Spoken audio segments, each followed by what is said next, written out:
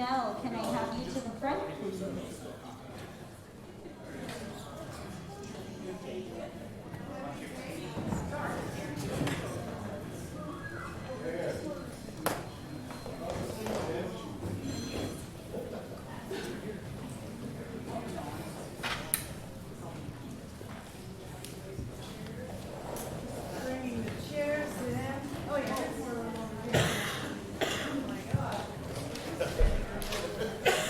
Hello, everyone. Thank you so much for coming. I cannot believe how many people are here. I am so excited. I'm sure we're all so excited. Thank you for giving us a couple hours of your Saturday and for being here. And hopefully, by the time we all leave, we feel a little bit, we know more about offshore wind energy. My name is Ashleen Delane, and I am a community member here in Crescent City. Again, we appreciate you for coming and having an interest in learning more about the impacts of potential offshore wind power in Del Mar County. Before we begin our presentation on offshore wind energy, let's take a moment to please acknowledge that we are here tonight presenting within the unceded ancestral homelands of the Taloha Dene. We acknowledge that the Taloha have inhabited their ancestral lands since Genesis, and we are guests here on this land. Our aim tonight is to provide an unbiased, scientifically grounded understanding of offshore wind power, the pros, the cons, and the potential opportunities and impacts for our communities through offshore wind farm installation and maintenance. By the end of this, you should be aware of ongoing and proposed projects. But more importantly, our goal is that we all feel empowered to play a role in shaping the future of these endeavors in our community. Now, you'll find blank cards on your tables. I don't know about our people on the sides. There's some in the back on that Perfect. table. Okay, there's also some in the back on the table.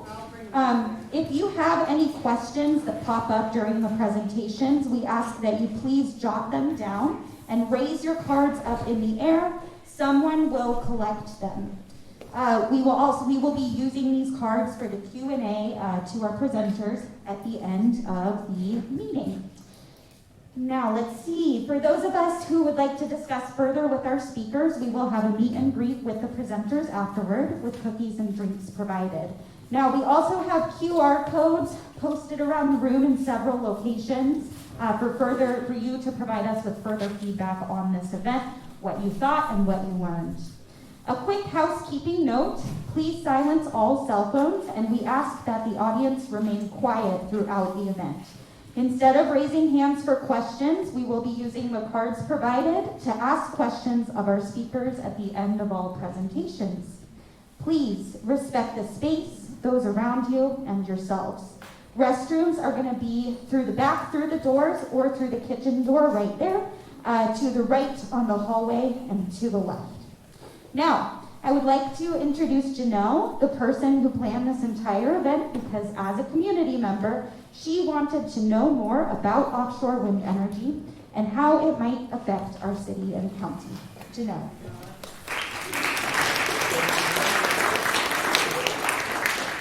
I didn't think I was going to have to speak, but I'm Janelle Koval, and I'm so amazed and happy to see you all here. This is really amazing.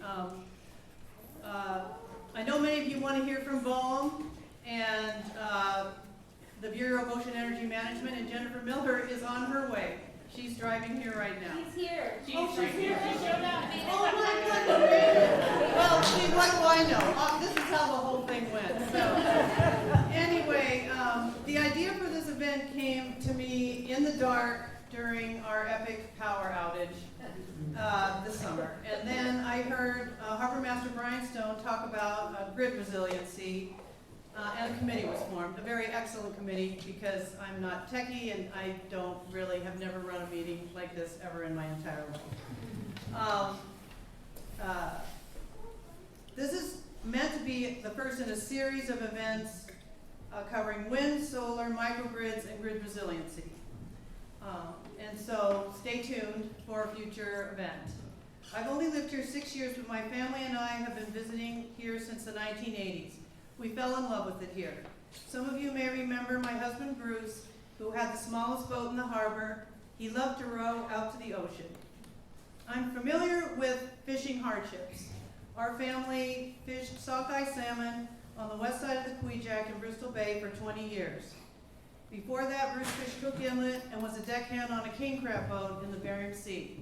So I'm very concerned that we address the questions that commercial fishers and sport fishers have here. I don't want to see anyone lose their livelihood. I want healthy oceans, and I want my grandkids to eat Dungeness crab when they come and visit me. We have been collecting questions from the community, from our panelists, and so once again, I'm not going to repeat it all over and over and over, but hold up the cards. We will come and pick them up and consider your questions in the Q&A. I want to thank the Resilient Energy Committee, who is awesome, and our panelists, all of you for coming and driving up here, a lot of you, and thank you all for coming. And Ashley, back to you. Yes, thank you again to everyone. Thank you so much to our panelists. And with that, we are going to start. First up, we have Wes White, who is a local community member here to speak.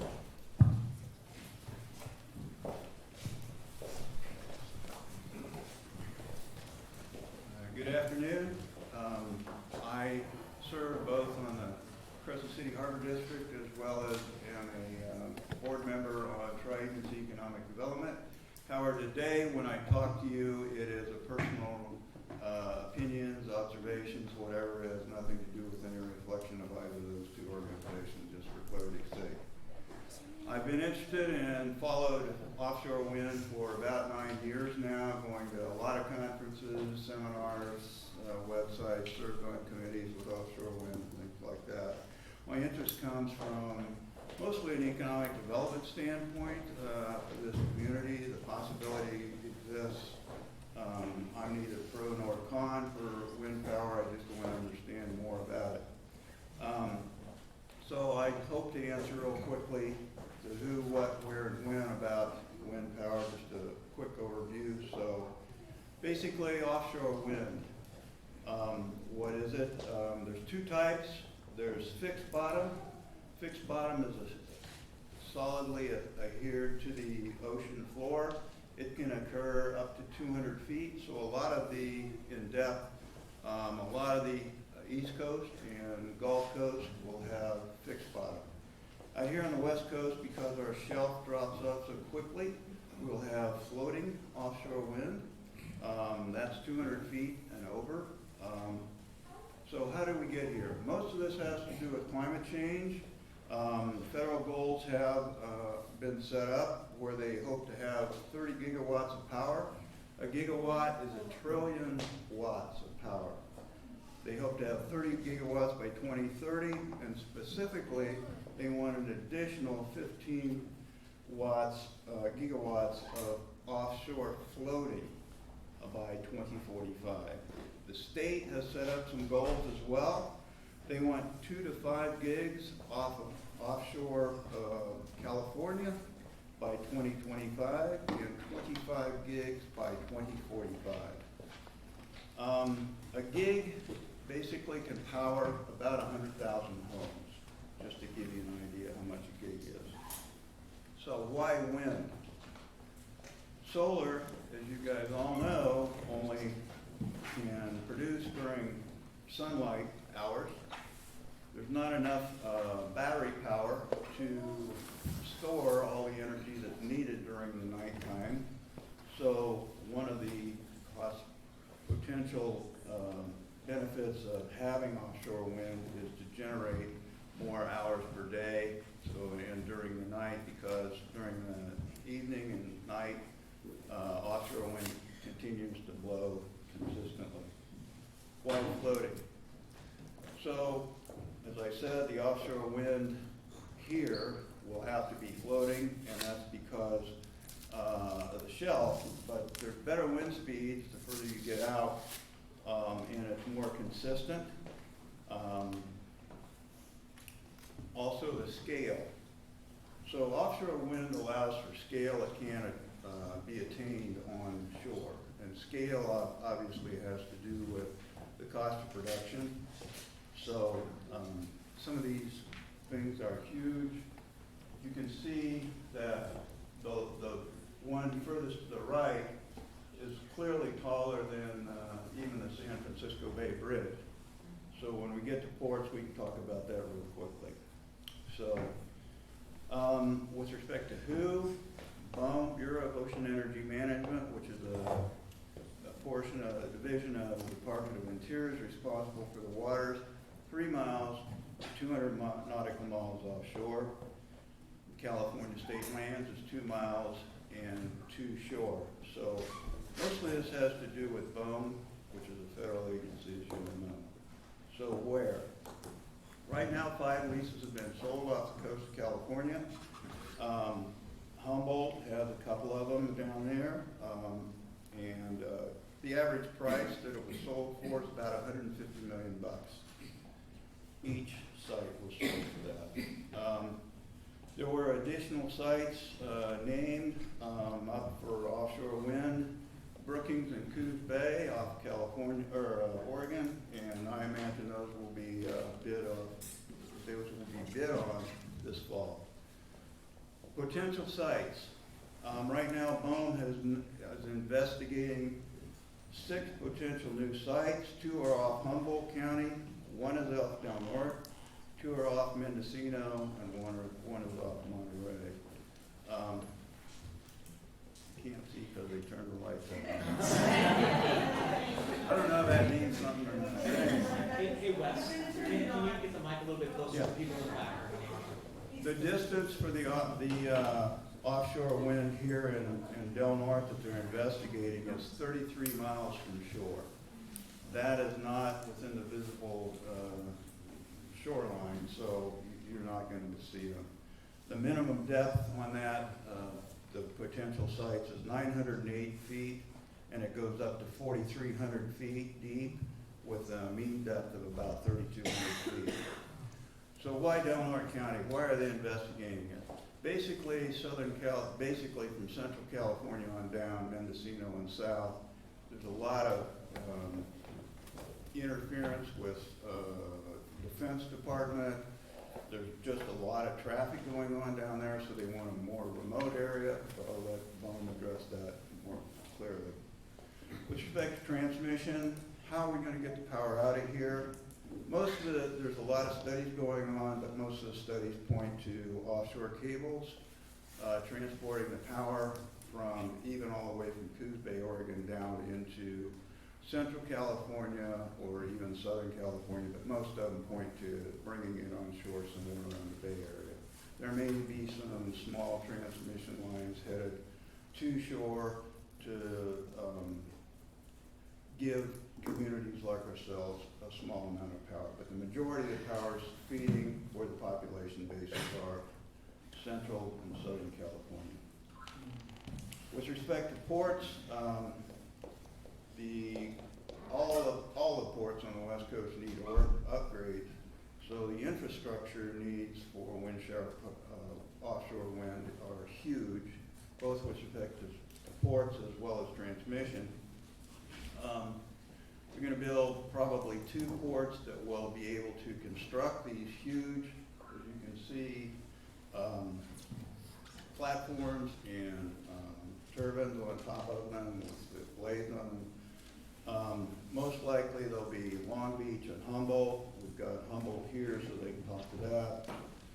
Here in Crescent City, the Crescent City Harbor has elected to hopefully become service and operations and maintenance, which would be an ongoing, once the turbines are up and running, we would service those platforms and turbines offshore the county. We're also central, the Crescent City Harbor is central to where a lot of these offshore wind will be located, as far north as Coos Bay and as far south as Monterey, so there's a possibility we could be servicing areas like Brookings or even to help somewhat down at Humboldt. respect to fisher concerns, we talked, or we have a gentleman here with the fishing community, but what I heard from some fishermen directly was there's 4 really big concerns, but there may be others that this gentleman from the fishing community is going to point out. They want to continue their existing way of life. They are concerned about the relocation of other fishermen to this port because of all the stuff going on down at Humboldt. With respect to the fishing gear, they're concerned about loss of fishing gear to get it tied up with the cables that might be coming on shore. They're not so concerned about the platforms themselves because generally they're outside of the majority of the fishing ground. But they also are concerned about traffic with respect to the ins and outs and how the platforms are going to interfere with the offshore wind and the fishing traffic. Costs, real quickly, solar is the cheapest cost as far as production. That's followed by $33 of basically a gig. Geothermal's next at 36, onshore wind is 37. Battery power is $120.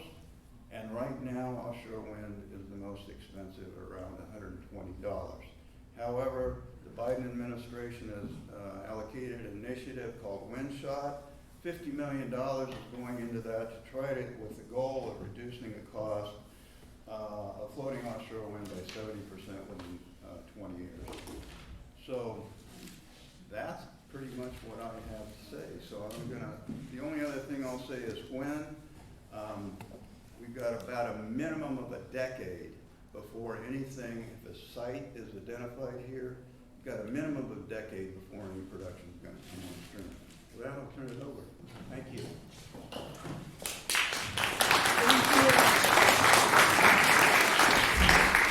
Thank you so much, Wes. We really appreciate you sharing your knowledgeable information. Up next, I have the Director of Development for Humboldt Bay, Rob Holmond.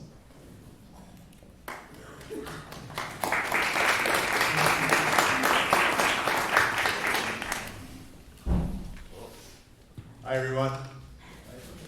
My name is Rob. I live in Eureka. I'm the Development Director for the Humboldt Bay Harbor District, and it's a genuine honor to be here. I've worked in engineering and site development for the past 20 years, and I've spent a lot of time up here in Crescent City, working for the Elk Valley Rancheria and the Smith River Rancheria, Crescent City, the Harbor District, and Delnor County doing various projects, and I've always loved the drive up here. And my wife and kids, we come up here in the summer and camp, and so I love this community. It's a real genuine honor to be here, and unfortunately, yes. You want me to talk? Yeah, all right, a little bit louder, okay, sure, you got it. And can you hear me? I can hear you. Sorry. Hold on.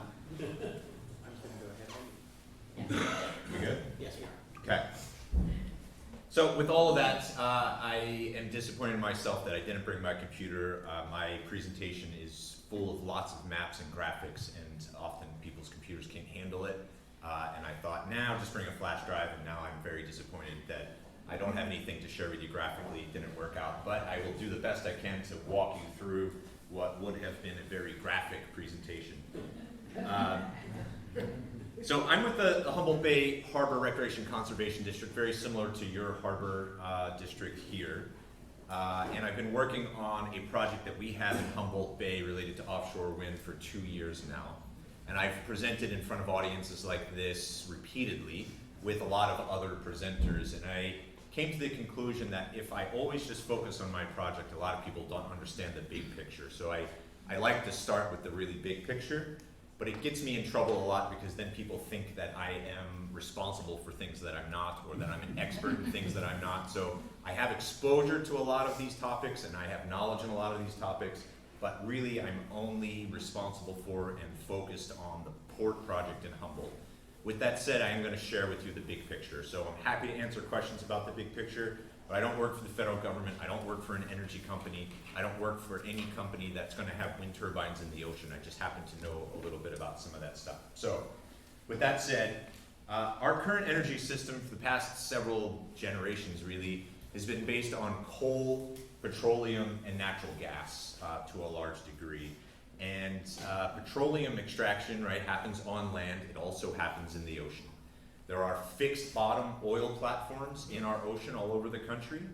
And in some places, especially in Southern California, offshore oil platforms are in waters that are just far too deep to be fixed to the bottom of the ocean, so they are floating in the ocean. In 1990, Denmark said, hey, if you can put oil platforms in the ocean, can you put wind turbines in the ocean? It's a lot windier out in the ocean. It's more consistent. It's a great place to have wind turbines. So Denmark did the first wind turbine out in the ocean in 1990. And then Norway said, well, if they can do floating wind, or floating offshore oil, then I bet you we could do floating wind. So 11 years ago, Norway installed 2 relatively large wind turbines on floating platforms out in the ocean. This past May, I had a chance to go and visit those. So one thing a lot of people say is this is untested technology, but I personally witnessed 2 floating offshore wind platforms in the ocean that have been operational for 11 consecutive years. What we're talking about, what I'll share with you in a moment, is a little bit bigger than that, but it's like going from an Ford F-150 to a Ford F-350. Same technology, it's proven technology, it's just scaled up. So if you have questions about that, I'm happy to help with that. Okay, so the state and federal governments of the US have said we need to transition our energy systems from natural gas, coal, petroleum to renewable energy. And so there's a whole portfolio of different kinds of renewable energy projects that both the federal and state governments are looking at. Solar on top of people's houses, big solar farms, wind farms out in the fields, wind farms in the ocean. So this is just one part of that portfolio of an energy transition, but it is something that both the federal and our state governments are putting a lot of energy and a lot of goals towards, is transitioning our energy systems. So the offshore wind is a lot like onshore wind if you've ever driven through or near a wind farm. It just happens to be in the ocean. And like oil platforms in the ocean, they can either be fixed to the bottom of the ocean and poke out of the water, or they can be floating on floating platforms. The east coast of the United States right now has 27 areas of the ocean from Maine down to North Carolina that have been leased to energy companies or in the process of being leased. On the west coast, there are 2.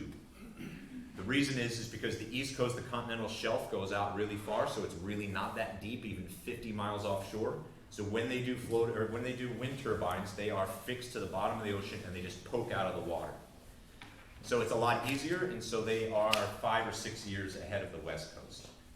But the federal government, California, have said, hey, we're going to start investing in offshore wind as well. It's a little more complicated, it's a little more expensive, but we're going to do floating wind. And so there's now an area off of Humboldt's coast and an area off of Morro Bay that have been leased to energy companies. Those 2 areas are broken up into 5 sub-areas. And those are big energy companies that collectively, between the 5 of them, have committed $750 million just for the rights to put wind farms on those areas. So that has already happened a year and a couple of months ago. All right, so offshore wind, pretty straightforward. You've got wind turbines in the ocean. They're all connected together with cables, copper cables that transmit the power to a substation. I asked Wes earlier when I got here, where's the closest power substation?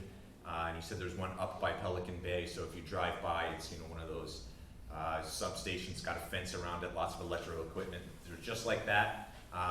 So there will be one in the ocean near the wind turbines that all the power connects to, and then that'll have a cable that comes on shore to another substation, and then it's distributed through the grid just like just like a natural gas power plant would be.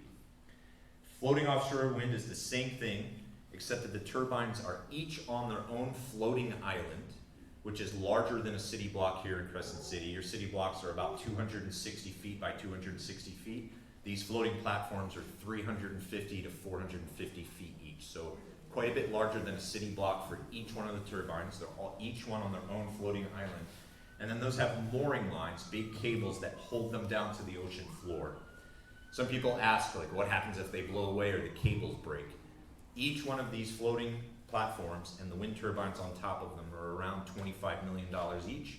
The companies do not want to lose them, so they are very committed to these things not breaking and floating away, and they have SCADA systems, so constant information coming back to them about the structural integrity of the cables. And so again, I don't represent those companies, but I've learned that they are very committed to not losing them. Okay, so the size of the turbines is intimidating to a lot of people, and here's the reason that they're so big. The blades, in what we're talking about, say, are 300 feet long. The energy produced is quite a bit more if you can make it 301 feet long. And the reason is the power comes from the swept area of the blade. So those blades are making a circle. If each blade was just 1 foot longer, the total swept area, this is some complex like trigonometry, would that be calculus? The total area of that circle is quite a bit larger, or yeah, the total area, the square footage, is bigger if the blades are just 1 foot longer. So the bigger the blades get, the more power is generated, and it's not a linear scale. Bigger is a lot more energy. So the motivation here is to have as big of turbines as possible, which means you have to have fewer turbines out in the water.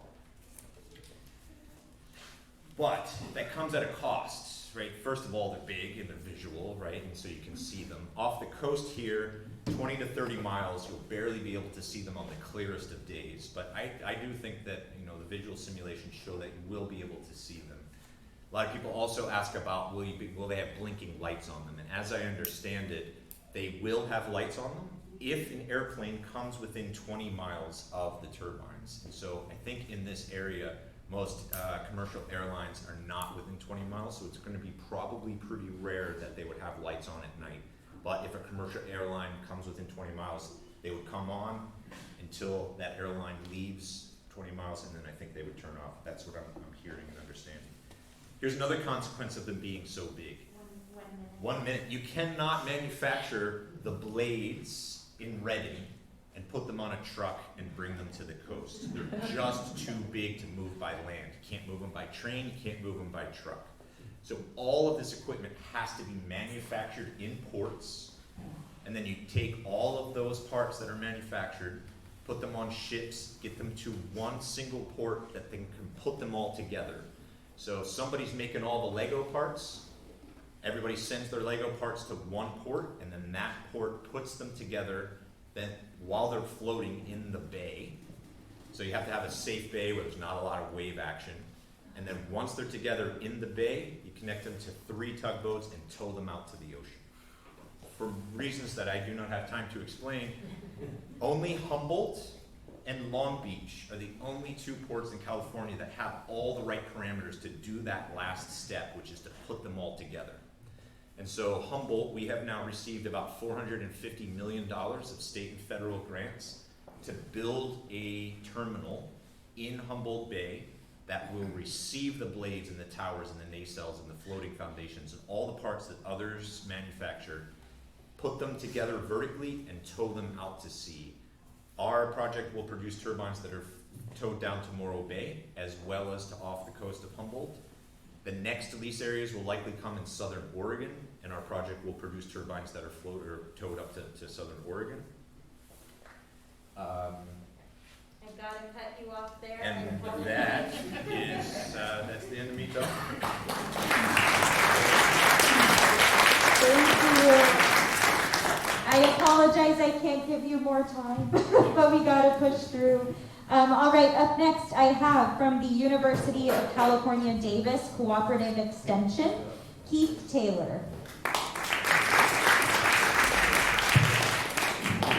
So I'm here today to talk about how you can take advantage of this wind energy development to help out your local community. And the work that I do, I ask this question of how can hard-hit rural communities harness major economic development projects for local economic development. So I'm Keith Taylor, I'm a professor of cooperative extension at the University of California, Davis. So when I talk about cooperative extension, what that means is, whereas my colleagues have a classroom on the campus, my classroom is in the community to work with folks like you all. So the reason why I come at this work the way I do is I come from a rural community in central Illinois that's been suffering a lot of economic decline for the last 40 years.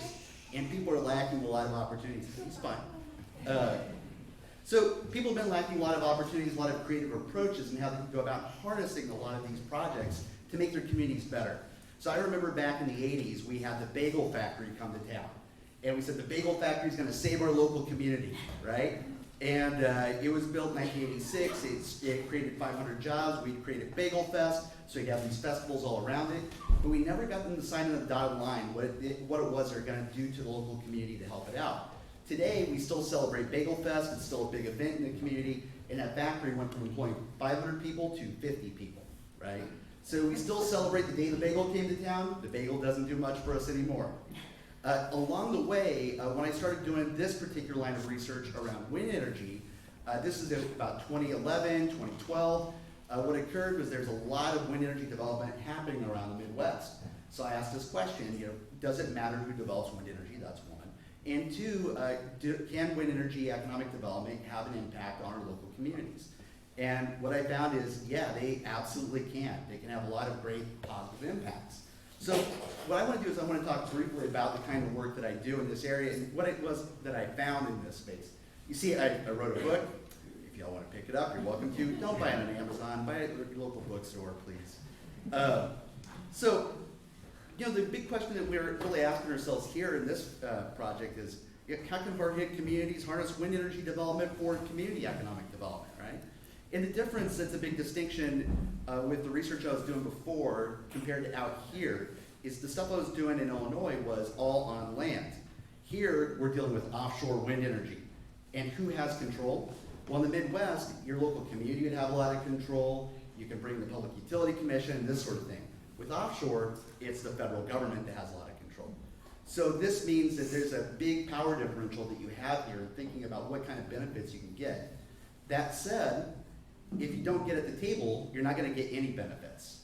And so what you want to do is early on, you want to think about what kind of community benefits you can extract from this wind energy development. So what does that kind of stuff look like? Well, some of the things that people have been asking about is, what about jobs? Are these going to create a ton of jobs? I'll tell you up front, they will for a couple of years while you're developing that. And there will be a lot of people coming in to build these things. But what about maintenance over time? Those jobs will go down quite a bit.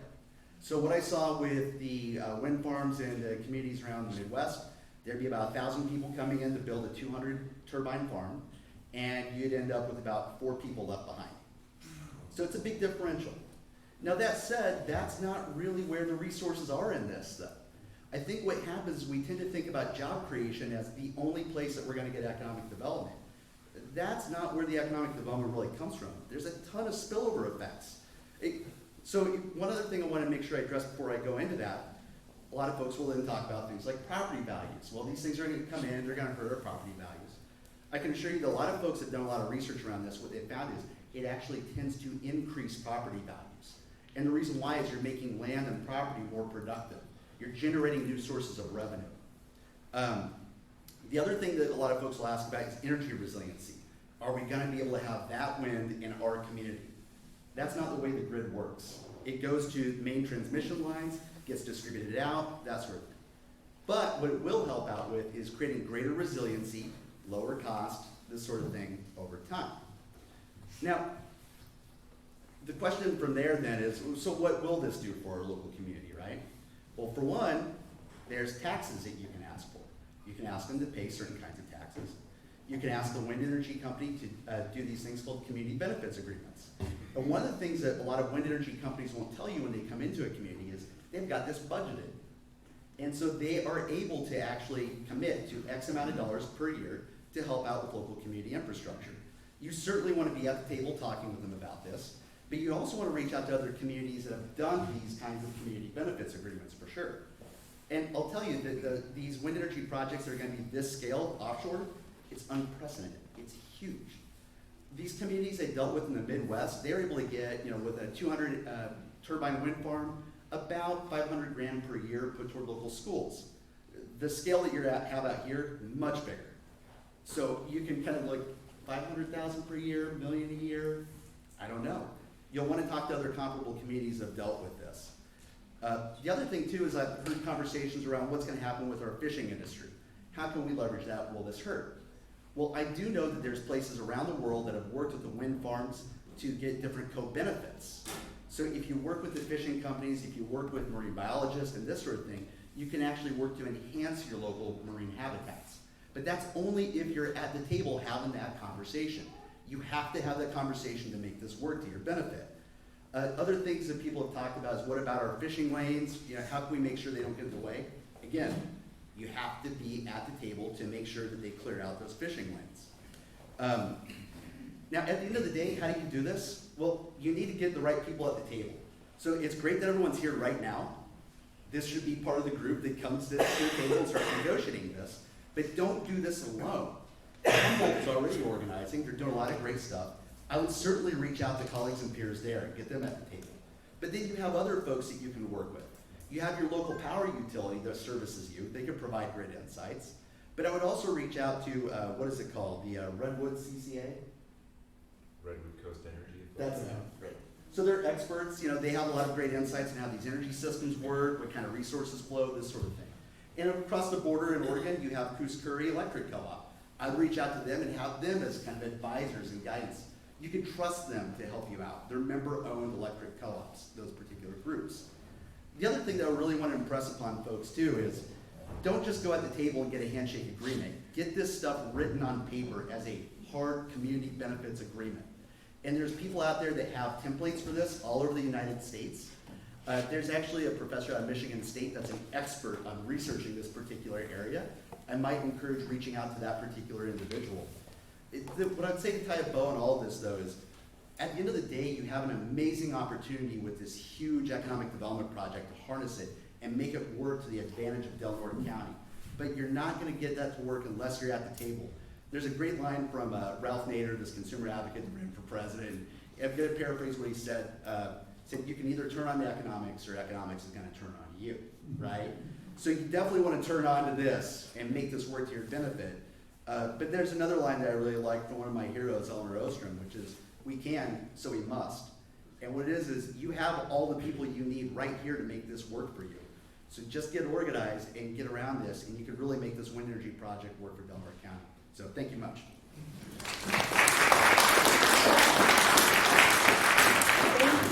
Thank you so much. That was Keith Taylor with the University of California Davis Cooperative Extension. We now have Alec Domka from the University of California Cooperative Extension, and you are behind me.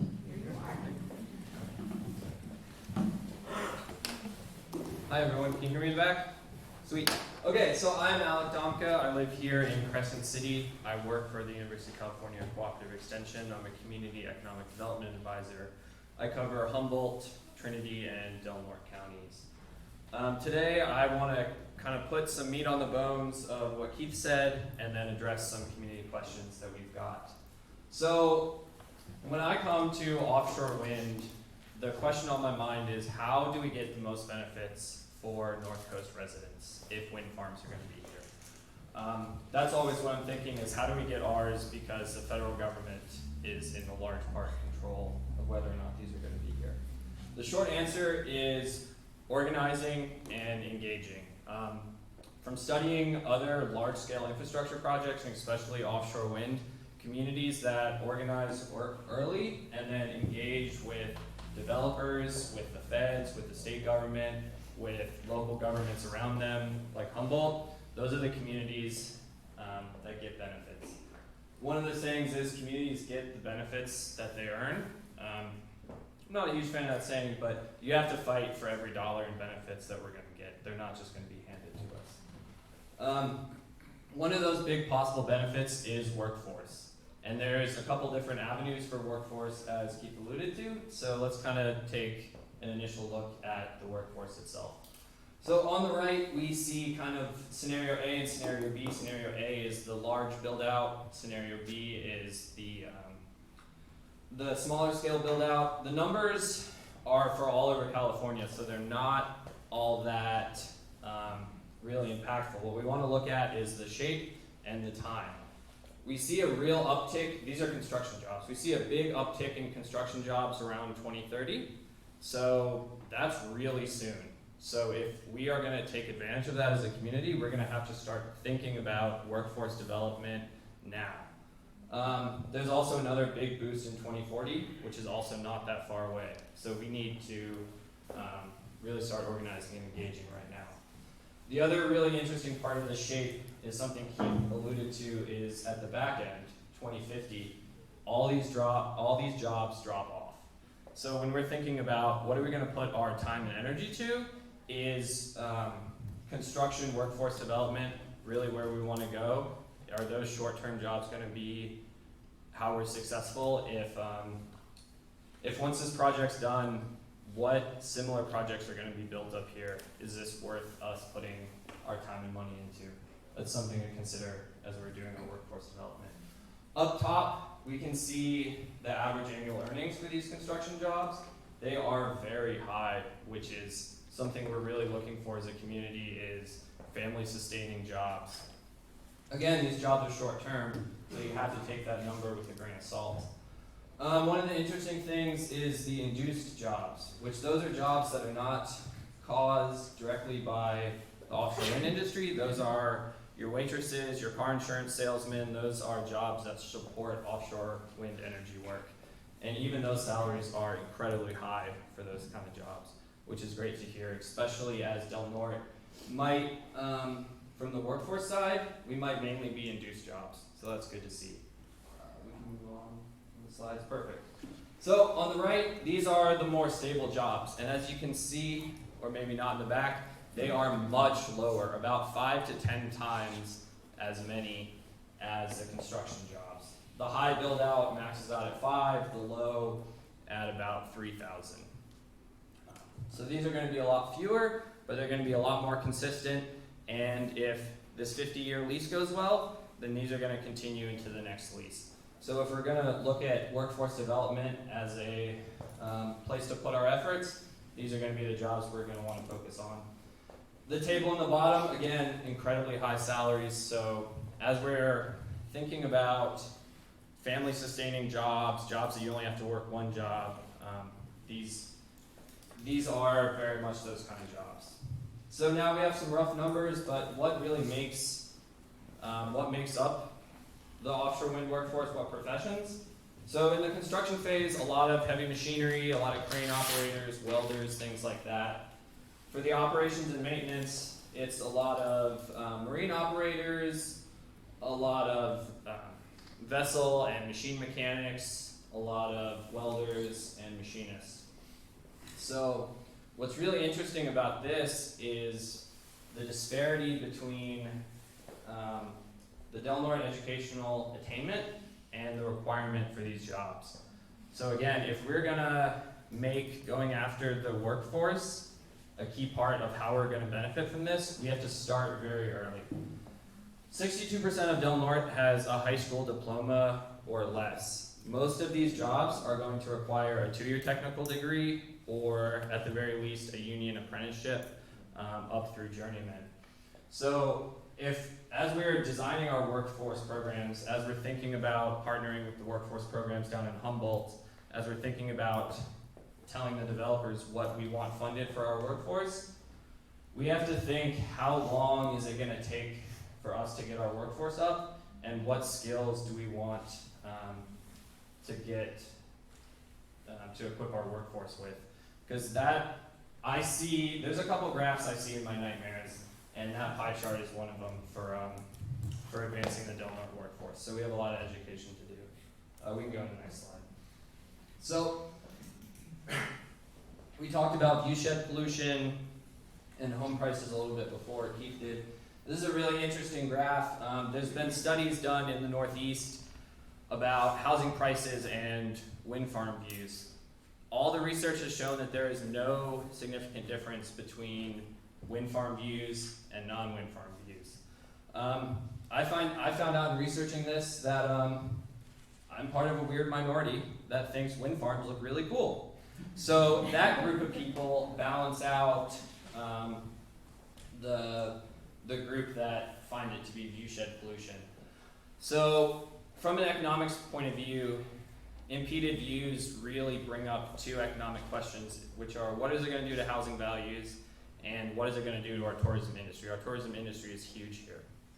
So in terms of tourism industry, studies in Germany have found that there's really no impact on tourism from wind farms. And their wind turbines are much closer, they're much more visually impactful than ours would be.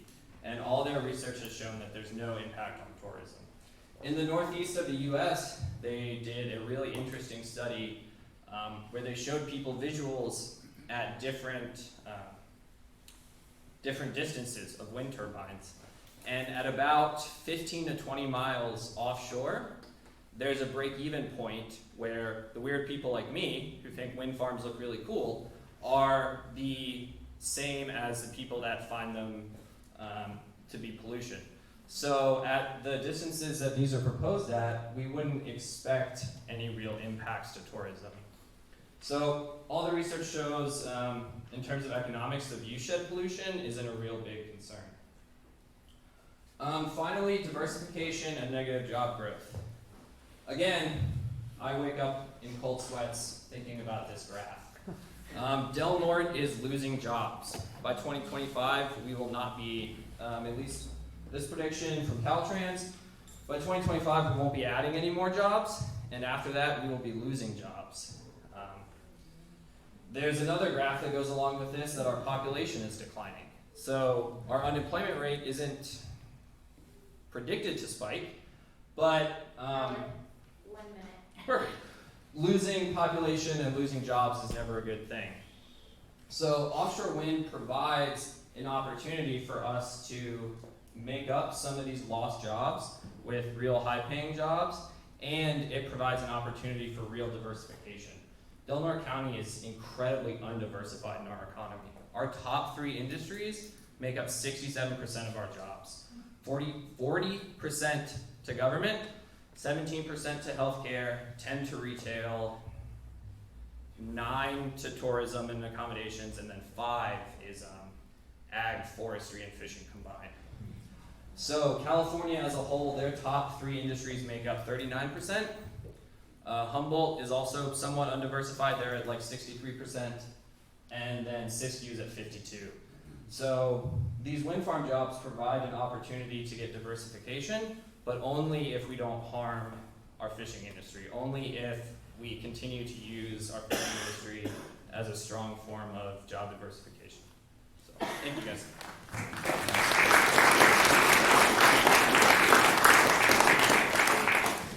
Thank you so much. That was Alec Dumka with the University of California Cooperative Extension.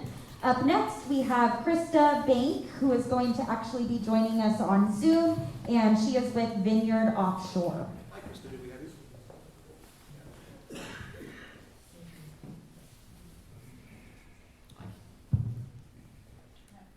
Is it all the way up?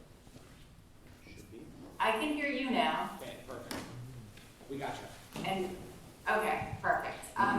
Hello, everybody. I apologize. I can't be there in person, but I did visit your beautiful area a couple of weeks ago, and I hope to get back out there soon. Should I launch into the presentation, or I haven't been able to hear what's going on, so just wanted to check in. Oh, sorry that we had you in the dark. Yes, you are ready to go. Okay, all right. So let me know when you can see my screen. We've got you. All right, let me do it in presenter mode. Is that in presenter mode now? Yes. Perfect, okay. Hello, so my name is Krista Benning, and I'm the fisheries manager with Vineyard Wind and Vineyard Offshore. I'm based here in Bedford, Massachusetts. And I've been with the company now for about 6 years, but my background is actually in fishery science. So before I started working with Vineyard, I had spent about 10 to 15 years working collaboratively with the commercial and recreational fishing industry for different research projects to study some of the commercially important species that were important to them. I did a lot of work with cod and halibut and monkfish and scallops. So from working collaboratively with them on these research projects, I have a really good understanding of the challenges that the fishing industry already faced before they had to deal with offshore wind. So I knew coming into this job it was going to be difficult because, there's a lot of uncertainties, which makes it really scary for their job and their livelihood. But I do think that we've been able to find some ways to work together. So that's what I want to talk with you about today. So I'm just going to show a couple of slides about the company. So Vineyard Offshore is backed by Copenhagen Infrastructure Partners. They basically back renewable energy projects all over the world. And so Vineyard Offshore is their US company involved in offshore wind. So there's 3 lease areas off the, I'm not sure if you can see my pointer here. There's 3 lease areas off the East Coast. This is Vineyard Wind 1, right south of Martha's Vineyard. This is the one under construction right now. There's another lease area southeast here. We don't have a project or a power purchase agreement for that lease area yet. And then we have another one here, it's called Excelsior Wind, and that power, we do have an agreement with the state of New York to sell the power to New York. The Vineyard Wind 1 electricity will be going into Massachusetts. And then most recently, the Humboldt lease area here, Vineyard Offshore is part of that. And there's a few details about Humboldt. It's about 25 miles from the port here. It was just acquired in 2022. It's right next to another lease area. The other developer is RWE, so we've been trying to work together with them for some of our outreach and reaching the community. But before I go to the next slide, which I'm going to talk about what we've done with the fishing industry on Vineyard Wind 1, I am going to actually show a short video of what's happening in New Bedford. So I live in the port of New Bedford. Can you see the screen right now? Yes. Okay. So I live right up here. The barge is coming through. We have a pretty constrained entrance into the harbor with the hurricane barrier there. But this is where some of the pieces of the turbine are coming in, and then they get offloaded here in the port, and then put on U.S. barges and taken out to the installation vessel, which is called the Orion here. So what you're looking at here, these are the monopiles that go into the sediment, and then you have this yellow piece is called the transition piece. And so those 2 pieces go in first before the tower gets installed. And then what you're seeing here are the blades. The length of each blade is 350 feet, so they're pretty big. And they'll get taken out. This vessel here is actually put in the monopile, so the blades are not on this vessel right here. And this is called the electric service platform. So this is where each one of the offshore interarray cables will get connected to this. And then we'll go from this. Oh, can you hear me? Yes, we got you. Sorry. Okay. Okay. And then the offshore expert cables go from electric service platform about 30 miles from here up to Lavandon in Cape Cod. So again, this is back in the port of New Bedford. You can see the hurricane barrier up there, and then these are the blades that are waiting to get taken out. This is the nacelle, so that's where the blades get attached and where the machinery is for the turning of the blades. And that's the big lift barge there. And I didn't mention in the earlier scene when it was offshore, you could see one of the fishing vessels. We have fishing vessels out there that are called safety vessels, and they just help to monitor the perimeter of the construction activity. And so there was a quick scene of a fishing vessel out there helping on the project.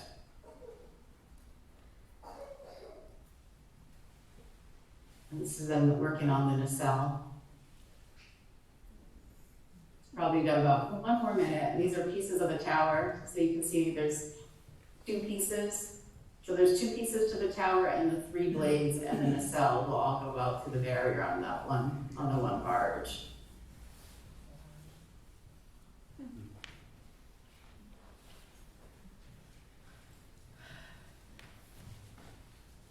And as you can imagine, the weather has played a big role in how much can get done in one time. And there's a lot of we have some restrictions of when we can do the pile driving. You can't do it in the winter for the right whale closures, and you can't even during the when you can pile drive, you have to make sure that there's a visual and acoustic clearance of marine mammals around the area before you can start. You can actually see in this, here's one turbine here, and then, actually I might just back up for 1 second. So each one of those is 1 nautical mile apart. Let's see if I can pause it for 1 second, sorry. There we go. So each turbine is 1 nautical mile apart, which can sound like a lot, but when you're out there, it actually doesn't seem quite so far away. And so right now, we have 47 monopiles in, and we have, I think, about 28 that have the transition pieces, and we're probably up to now having about, I think there's 8 turbines that have been installed, and there's 5 that are actually spinning right now, producing electricity.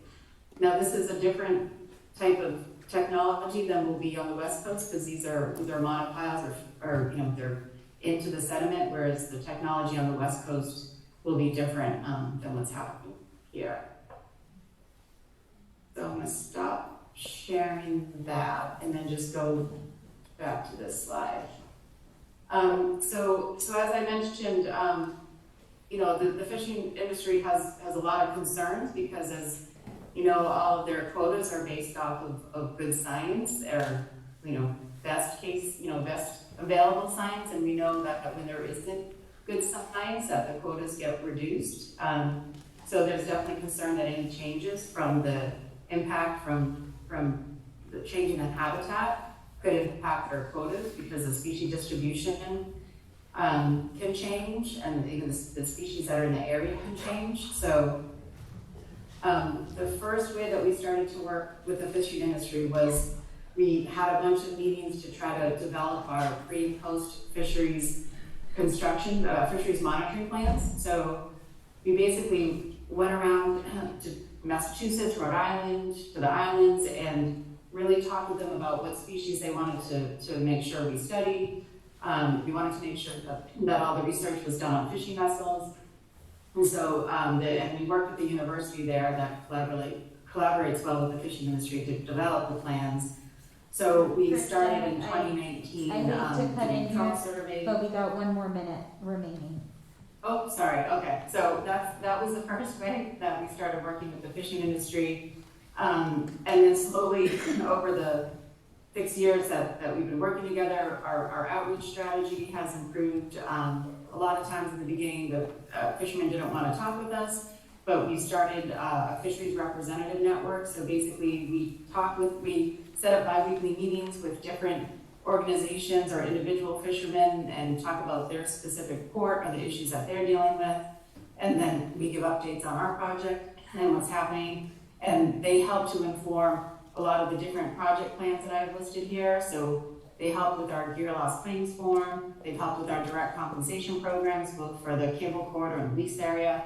I already mentioned the fisheries monitoring plans and the fisheries communication plan. So we do a lot of outreach together, and I take the lead from them of how the best way is to deal with, or to do the different communications with the different groups.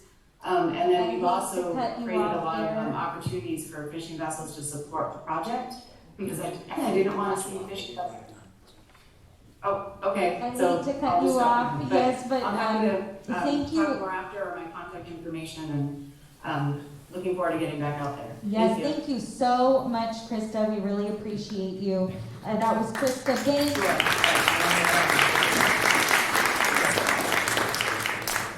With Vineyard Offshore.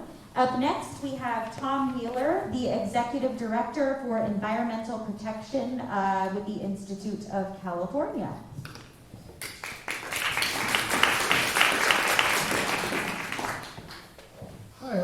Hi all, Tom Wheeler, Executive Director of EPIC. It's nice to see so many friendly faces out here today. I'm to talk about wildlife impacts. So EPIC is an environmental advocacy group. We work on both the climate crisis as well as the biodiversity crisis. So I have a deep interest in offshore wind because it can potentially impact both. So let's talk about the benefits and impacts of offshore wind. So one of the benefits here is we're going to be able to do something about our climate crisis. This can be Delaware's contribution to a global problem, right? And you know, I think the climate crisis is impacting Delaware County already, and it's going to continue to impact Delaware County, whether that is ocean acidification, sea level rise, more frequent and more severe wildfires, more severe storm systems, you know, you name it. We are already seeing it, and we're going to see it increase. So this is something that we can do about our climate crisis, and it's really important that we keep that in mind because there are going to be impacts to this. So we need to think about the balance between potential benefits and potential impacts. There's also a potential for offshore wind to act as kind of de facto marine protected areas. This might be a concern for our fishermen, but it also has potential benefits for total fisheries stock.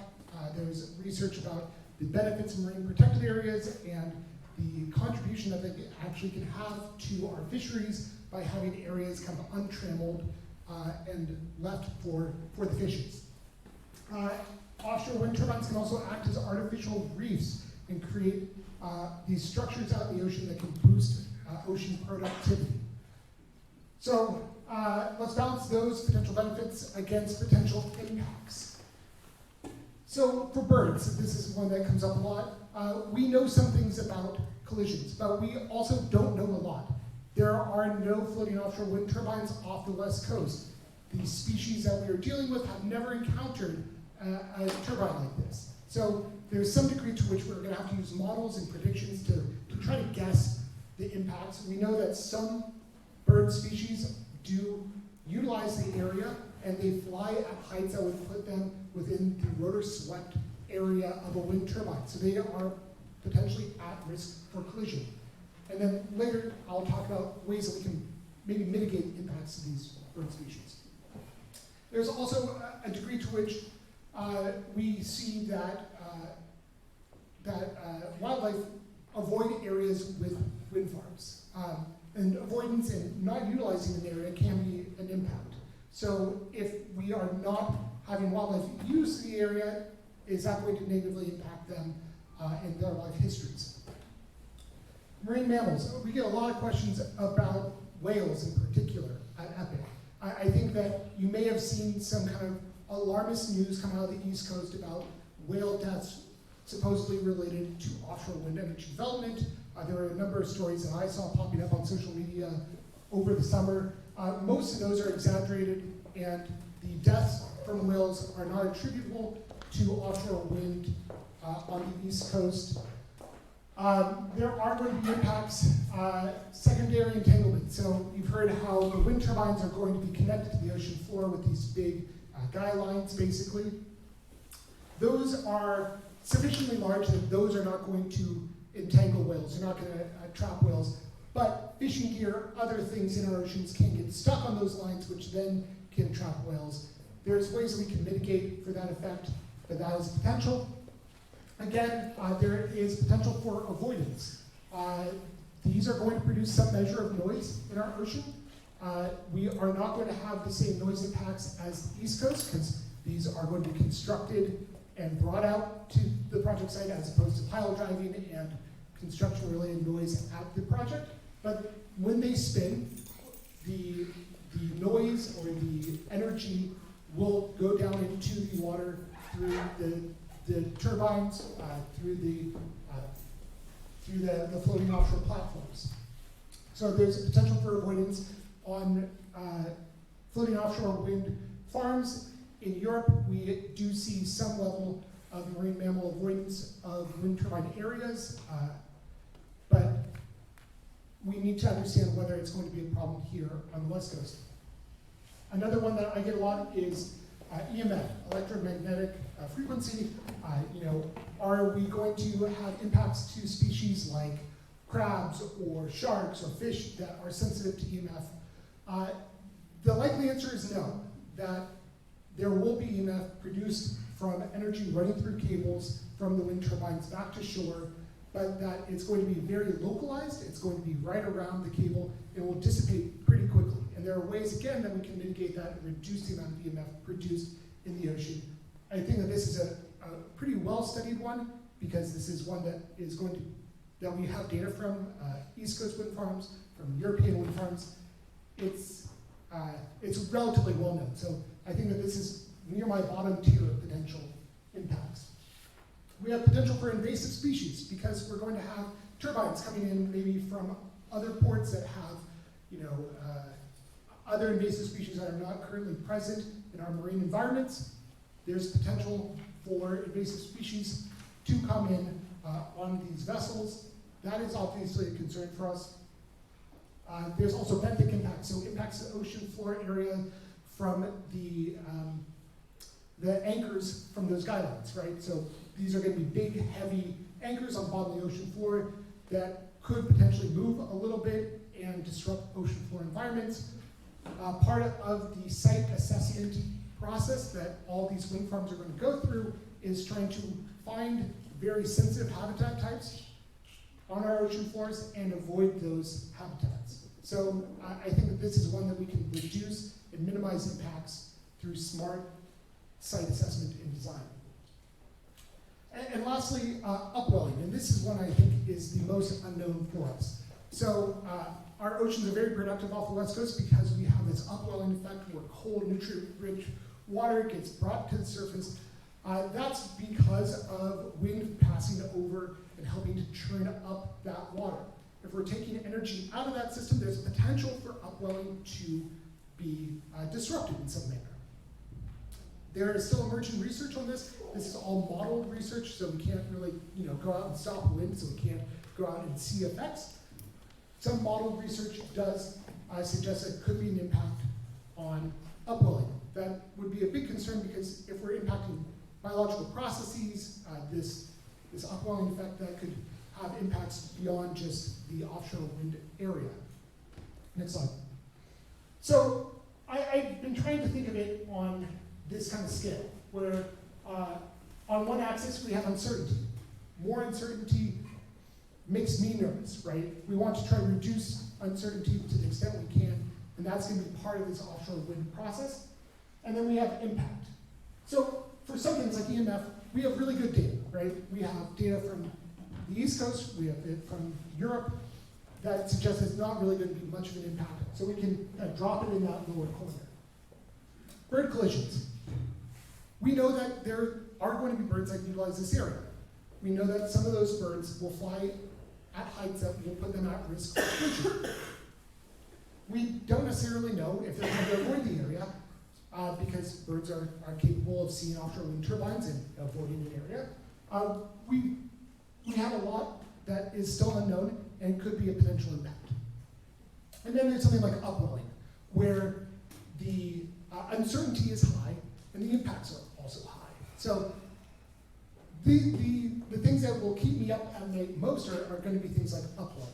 And just want to interrupt one more moment. okay, one minute? 1 minute. All right, let's get to the next slide because it's really important. All right, so Donald Rumsfeld had a great quote, there are known knowns, known unknowns, unknown unknowns. So for those things that we know, we can mitigate, right? So bird strikes, we can do compensatory mitigation where we improve habitat elsewhere. We can improve the performance of those birds and their demography so that they're doing better. So even if they are being taken as a result of an operation, we can still see an improvement because of these projects because we can improve habitat elsewhere. There are data gaps. We don't know things, but we know that we don't know them. So we are going to go through this process. We will learn about things like the bird species that are utilized in the area as part of this offshore wind process. And then there are unknown unknowns. There are going to be times in the operation of these wind farms where things will be different than we have expected, than we would have understood at the outset of these projects. So we need to come up with ways to address those.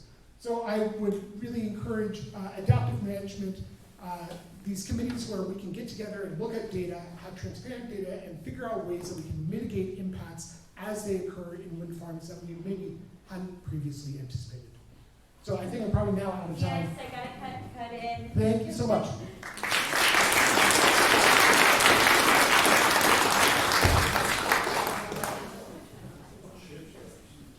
Turn the light. Okay, if we could turn the lights on, please, in the back. And again, I want to thank you all so much for being patient and letting me interrupt you. All right, so that was Tom Wheeler, with the Executive Director of the Environmental Protection Institute of California. Up next, right here, I have Ken Bates, the California, you're president, correct? President of the California Fishermen's Resiliency Association. All right. Good afternoon. Thank you very much. I'm actually the director of the California Fishermen's Resiliency Association. Harvey Pinkham is the vice president, a local fisherman here. I'd like to start with just a couple things.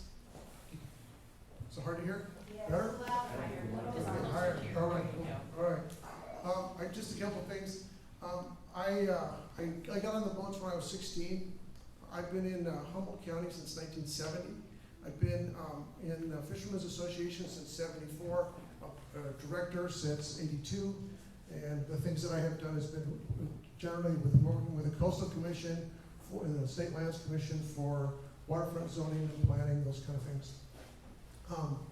The first thing I think that it's important to say, first I'd like to just drop back a second and talk about my family's use of energy.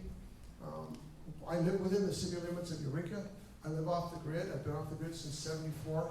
We run our house on 2 panels and a turbine, a wind turbine. And we rented our boat up to Alaska to go fish in places like that. One of the things that we did is we slowed down. We used to run around 14 knots. We run around at 7. We cut our fuel bill by 2/3. So there's a lot of things that collectively we could all do, as far as we look at energy use. Recently, Frankie Myers from the Yurok tribe said something really interesting when I got to listen to him speak. He said that all human activities are extractive, and that there's always benefits and there's always costs. And I think the first thing that everybody should understand is that fishermen are not opposed to renewable energy. They're not. What fishermen are concerned with is the loss of fishing grounds. And hopefully the public will be concerned with the loss of the sustainable resource of seafood that we have in California. California has the most restrictive fishing regulations pretty much in the United States and maybe the world, for a good reason. Briefly, the Fishermen's Associations in Northern California have been involved in wind power negotiations for about 6.5 years. My wife and I, Linda Hildebrand, have been working first with Humboldt Fishermen's Marketing Association and then with a new nonprofit that got formed dealing strictly with wind power. I'd like to talk a little bit about the lease areas. So today, as we stand, there's 600 square miles of lease areas in California. If the state of California is successful in broadening their power demands over time, by 2045, we're looking at about 4,000 additional square miles on the fishing grounds. And those areas will be north of Point Arena. It's restricted. You can't put a wind turbine farm in a marine protected area, a national marine sanctuary, things like that. So we're looking at a huge area up, basically above San Francisco. The 4,000 square miles doesn't include the area that it takes to run cables. And by estimation, it's at least an additional 1,000 square miles of seabed that it will take to run the cables. The thing about what got mentioned about upwelling, and I'm just going to touch on this briefly. Upwelling is the primary driver for fishing production on the eastern seaboard of the Pacific.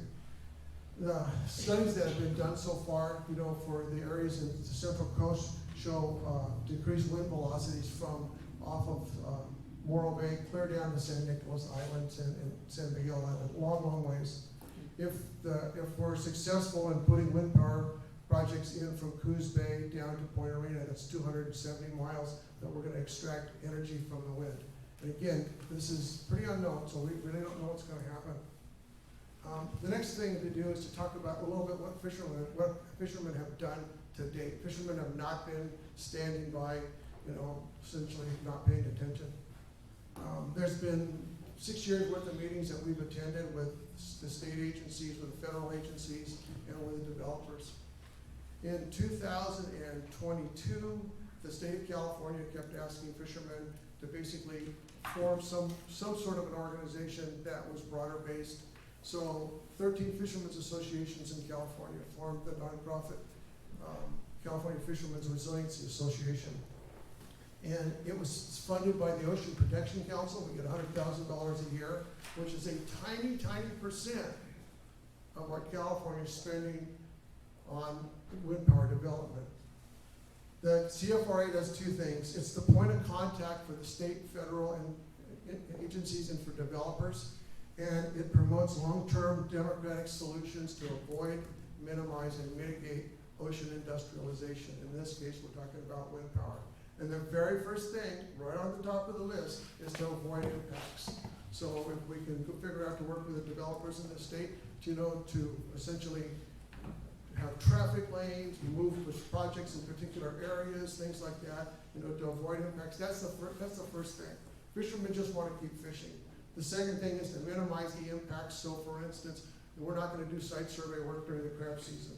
We'll keep the survey vessels out of the crab things. And then the very last thing on the list, the last thing we're going to do is if we can't figure any other way to minimize or to avoid, at that point, then there has to be mitigation. And that brings us up to Senate Bill 286. Senate Bill 286 was just written and passed. Mike McGuire, our senator, put that together, and it specifically addresses fishermen's concerns with fishing ground loss and just basically how we're all going to get along in the ocean. The Senate bill requires that there's a statewide strategy, and that statewide strategy has to be put together by the agencies, by fishermen's groups, and by the Coastal Commission and state lands and the developers. Those meetings are now taking place. The last meeting we had last week, we had a 6-hour Zoom meeting with 40 people on it. These are going to go for 2 years. One of the things included in Senate Bill 286 is it requires industry-to-industry agreements with fishermen's associations that are broadly based. So for instance, it wouldn't be an agreement just with 10 fishermen in Crescent City or 5 guys in Eureka. But it would be an agreement with a large section of the coast. And then those agreements basically are to bring the developers and the fishermen together to go ahead and minimize and eventually mitigate as these projects go forward. Potential impacts, site surveys. So the site survey work is just getting ready to start this next coming quarter. There are vessels that are about 350 feet long. These vessels that are going to come up here initially are not going to be towing sonar arrays. They have essentially an autonomous vehicle that they can put under the boat and run. So that's a positive thing. But it's 45 days of work on the fishing grounds. The BOEM documents basically think that in California, for these 5 wind power areas, there's going to be between 250 and 400 site survey trips, and a trip is 16 days long. So these boats are going to be on the ground for a long time, and then they've got to go back and survey cable routes. So there's a bunch of different things that are going on there. As far as things that go on the site survey vessels, they're supposed to have a fisherman on board that's trained in observing for fishing gear. They have people that are set up that are specialists in looking for marine mammals. In this case, it'll be whales. So those are some of the things that have to happen. The other parts, there's just a lot of other things that are pieces of this puzzle that are really concerning. So every harbor, all these harbors in California are going to have some impact at some level. But if you listen to what Mr. Holman said, which was very accurate, the 2 places that we're going to see the greatest impact are going to be Los Angeles Harbor, where they've dedicated 400 acres, and Humboldt Bay. And so the Humboldt Bay estuary, in order for us to go ahead and do these projects, is going to have some pretty big impacts to it over time. If the Samoa Heavy Lift Terminal gets built, there's going to be 13 million cubic yards worth of dredge spoils that have to be moved out of there. There's the problem of turbine storage.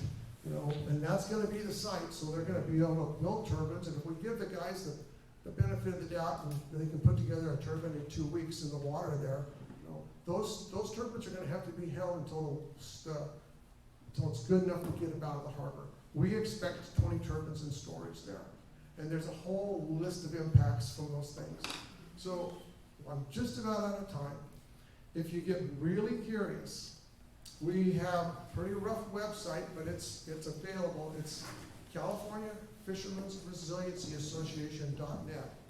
There's extensive documents on there that are both, they're all public. Anything there that's there is shareable. But we talk about impacts to fishing. We talk about best practices. We have a whole thing on mineralization. There's a couple other documents on the value of fishing grounds off of these counties and things like that. So we would ask you to look at those things, and I'm actually looking forward to your questions today. Thank you.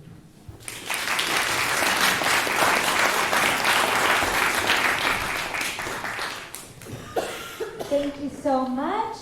This was Ken Bates with the California Fishermen's Resiliency Association. Oh, oopsies. I did not stop my timer. Okay, so we are about to have our final speaker. Please finish up writing your questions. I think we're actually going to wait until after she speaks. So please finish them up, and then after she finishes, I'll ask you to raise them up, and then we'll gather. Let's see. You know what? Actually, I'm going to ask that we gather them now, and then if you have any follow-up questions based on Jennifer, we will go ahead and grab those then. Thank you for your flexibility, everyone. Give us just a moment.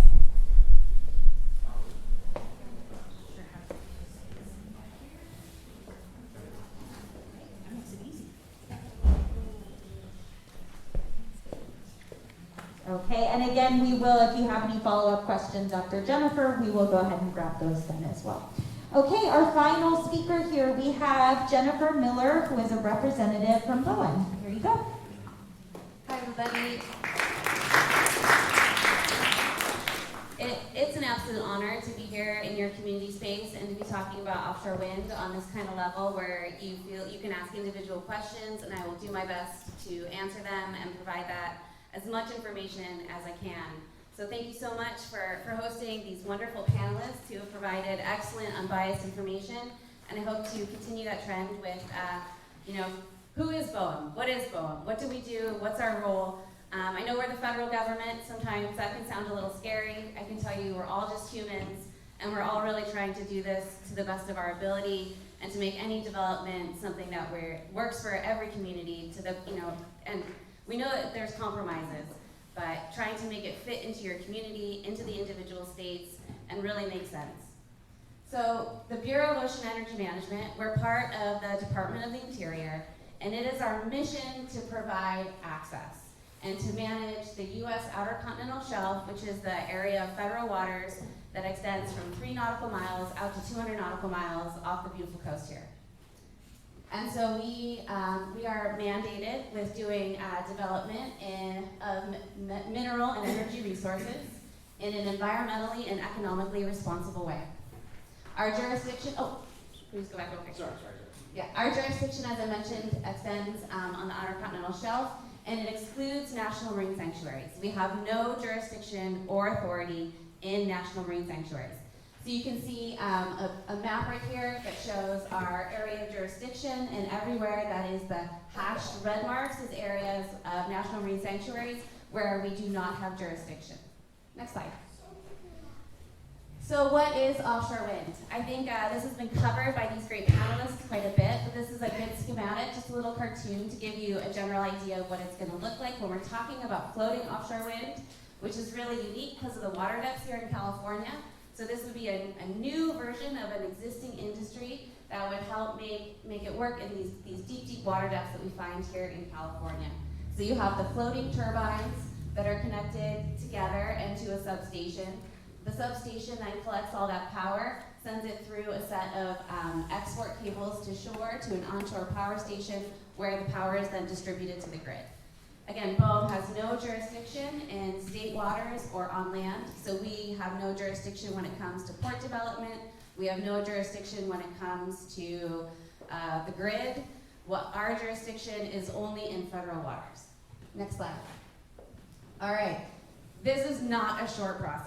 I have been with BOEM for 10 years now, and I forgot I didn't get to introduce myself. So my name is Jennifer Miller, and I'm the chief of the Renewable Energy Section here in BOEM's Pacific Region. We're based out of Camarillo, California. I've been in this role for a little over 2 years now. Prior to that, I was the senior geophysicist for the program on the Atlantic, where I reviewed a lot of the plans. I helped develop the guidelines for doing surveys for the geophysical and the geotechnical collection of information. So I know these projects really, really well. And I can tell you, our regulations are complicated and it is long. And it took me years to understand the process to the depth at which I do now. So I understand that it feels confusing and I understand that it feels like a lot. And those feelings are valid and they are justified. And so that's why we try to show up, we try to talk about the process, because as you can see here, we have it broken down into 4 main stages. The first stage is planning and analysis. That takes on average about 2 to 5 years, I would say, depending on the state, depending on the environment, depending on the support, depending on the time. And that includes the formation of an intergovernmental task force. We publish what we call a call for information and nominations, a request for information on areas, where we'll have like a big area where we're like, what in this area do we need to know about potential future offshore wind? And then we go from a big area and we keep going smaller and smaller and smaller. And that's what we call our area identification phase. Again, this is part of this overall planning and analysis. We're trying to listen as we go through this process to feedback that we hear and keep improving our process and adding steps, trying to add transparency, try to add visibility to how we're making our decisions as we're learning from feedback from people in communities, local governments. And we do some environmental reviews on what lease issuance would mean. And so then we get to leasing. So what is a lease? When we have this big auction and $750 million goes into the federal treasury, what does that mean? What does that give these companies? It gives these companies the ability to go out and to do some surveys and to collect information on their site. Now what's really different about offshore wind from onshore wind, onshore you can walk up to a field, you can see what it looks like, you can see what everything is, you can say there's a hill there, there's some trees there, there's a protected bird's nest there. When we're talking about these areas offshore, ask any fisherman. They are hard to get to. The sea is rough. And the seabed is underwater. And in this case, it is thousands of feet down. And so you have to go out and collect information. And the collection of that information is technical, it costs a lot of money, you need a lot of experts, and it takes a lot of time. And so the way our process is designed is all of that risk and all of that burden, that is all put on the lessee. So when you get a lease, they basically get 6 years to do all of these surveys, to collect a lot of information, and then to submit a plan. And that plan is called a construction and operations plan. It takes on average 2 or more years to review that plan, and that is the plan that says, how big is your turbine? How is it connected to the seabed? Where are the cables going? And it has all of the detailed information that you need to know to do a very detailed environmental analysis and assessment of what those impacts are. And so that is that site assessment, and then that eventually leads to the submission of the construction operations plan, which would lead to potentially approval with modifications, or disapproval of that plan. If the plan is approved, and then you would go into construction operations. Construction, on average, 2 to 3 years they're estimating, and then the operational term for the leases here in California is 33 years. So that's a lot of time, right? So next slide. So when we're talking about these kind of early planning and analysis stages, so what does that mean? I mentioned the call for information and nominations. So it's a formal call for public comments. It goes into the Federal Register. We read all of these comments. I can tell you I've personally read many, many comments. And then from that, we come up with the wind energy areas. And ideally, those are the most suitable areas within that larger call area. And then that would lead to a lease area. Next slide. So we mentioned the sale. So this breaks it down. You can see the areas that we had the auction for. This was in December of 2022. There were 5 separate areas. 2 of them were here off of Humboldt. And so that would be the RWE lease and the California North Floating. That's Vineyard Wind. I know it doesn't say Vineyard Wind, but that's who they are. So next slide. Wait, I want to take a picture of that. Yeah.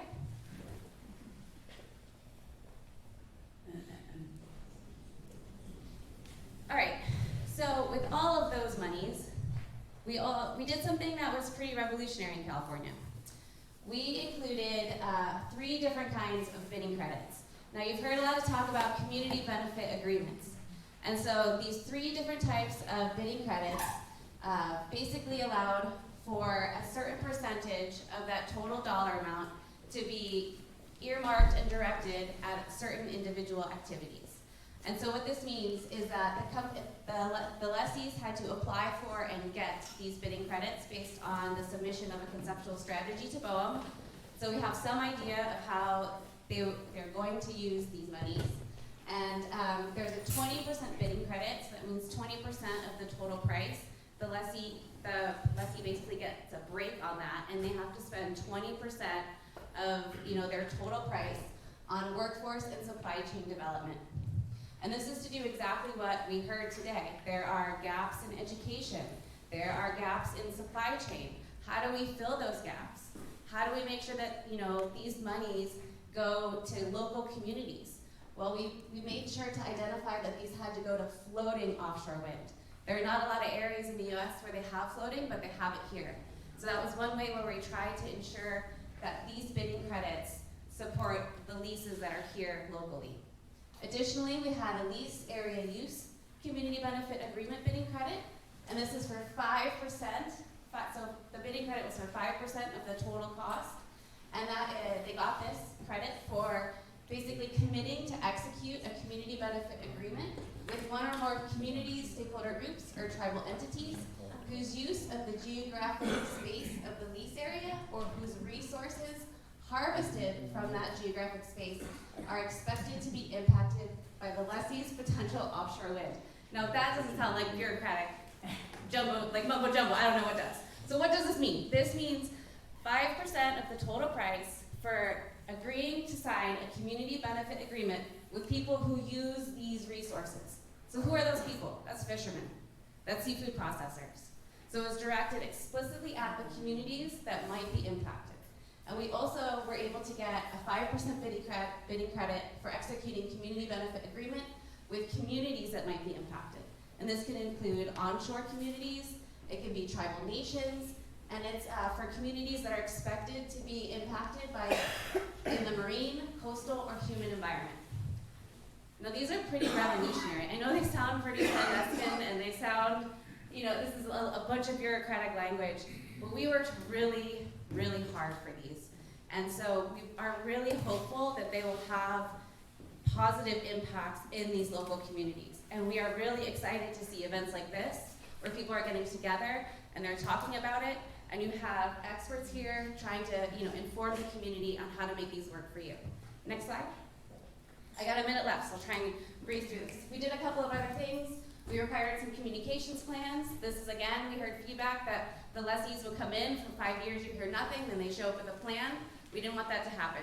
So we have communication plan requirements for the fisheries community, the different agencies that they engage with, and the Native American tribes.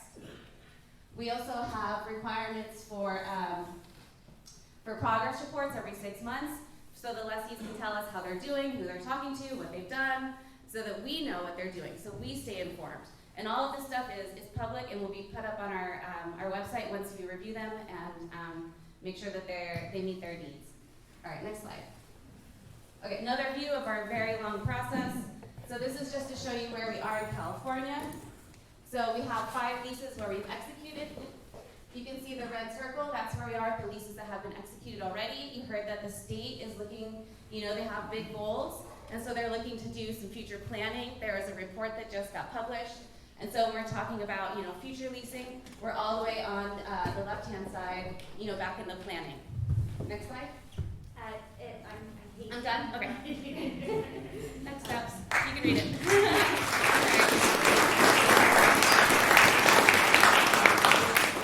Thank you all so much. That was Jennifer Miller from BOEM. Thank you so much. Now, if anybody has any final questions, please raise them in the air on your cards so that we can grab them. And with that, I'm going to start the question and answer portion of our event.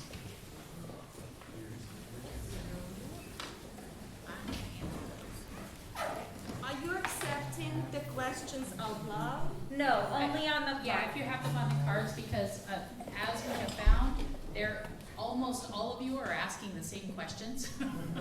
So we can ask, if they are answered in here, they can be answered afterwards. Yes, and we do have a And this is meet just and the greet beginning. now. It seems like this prevents the community from having an actual meaningful engagement that we've been asking from BOEM. Okay, I'll answer that right here. This is just for one So, way. All right, let's go online- ahead and let her speak, please. So online, there was all of the questions that came in through the online form and on Facebook and all of the other places. Anyone that filled out the form, those questions were given to the panelists and they have answered them. Maybe not, just a moment, maybe not to the full extent they could, because again, we have lots of panelists and short times in between. So, there will be that form, if you look at the QR codes, or if you signed in today, or still want to afterwards, we can send that information to you electronically. And that's what these questions were. So where can I access the details of the projects and the other things that you have presented today? My question to the panelists is the slides that you've given us, or even more, and we'll get yours transposed or whatever we need to do to make them accessible. Are they public? Can I share them? Yes, yes, yes, yes. Okay, so that's easy. We can send you all of their stuff. The next one,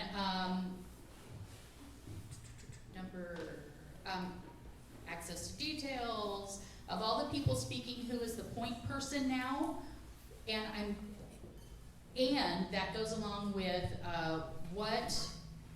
who will be at the table to get the local community benefits, and those were multiple on lots of them. So to get clarification of all the people speaking, who is the point person now, would that be for Del Norte County, the person that asked that question? For whatever information we're looking at right now. Okay, so everything, so a point person for information to get to you? Is it a group, or is it a company? Who is it that we can call and say, what about this? Good question. Anyone want to answer that one? As far as, yes. It's not a satisfying answer, but I'd say it's impossible for there to be a point person for this. It's like asking who's the point person for the fishing community and incorporating the harbor development and the boat makers and who makes fishing line, right? It's just so many things that all come together to make this happen that I would say it's not likely that there's a point person. But if you contacted, I think, anyone on the stage, we can connect you with the person that can help you. And I would always start with BOEM, and then they can connect you with either the energy companies or the ports or whomever it is that you're looking to get answers from. That's just my best guess at an answer to that question. Cool.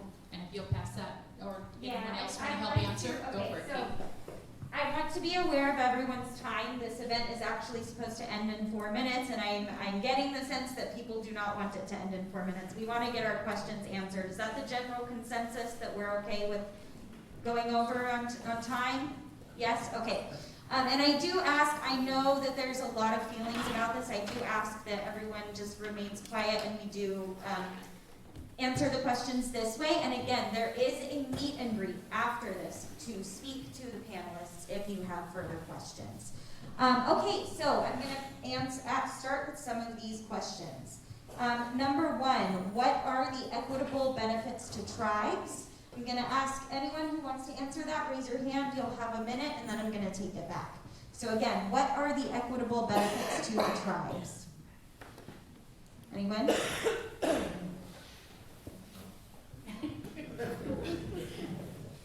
don't know why I keep volunteering for these hard questions.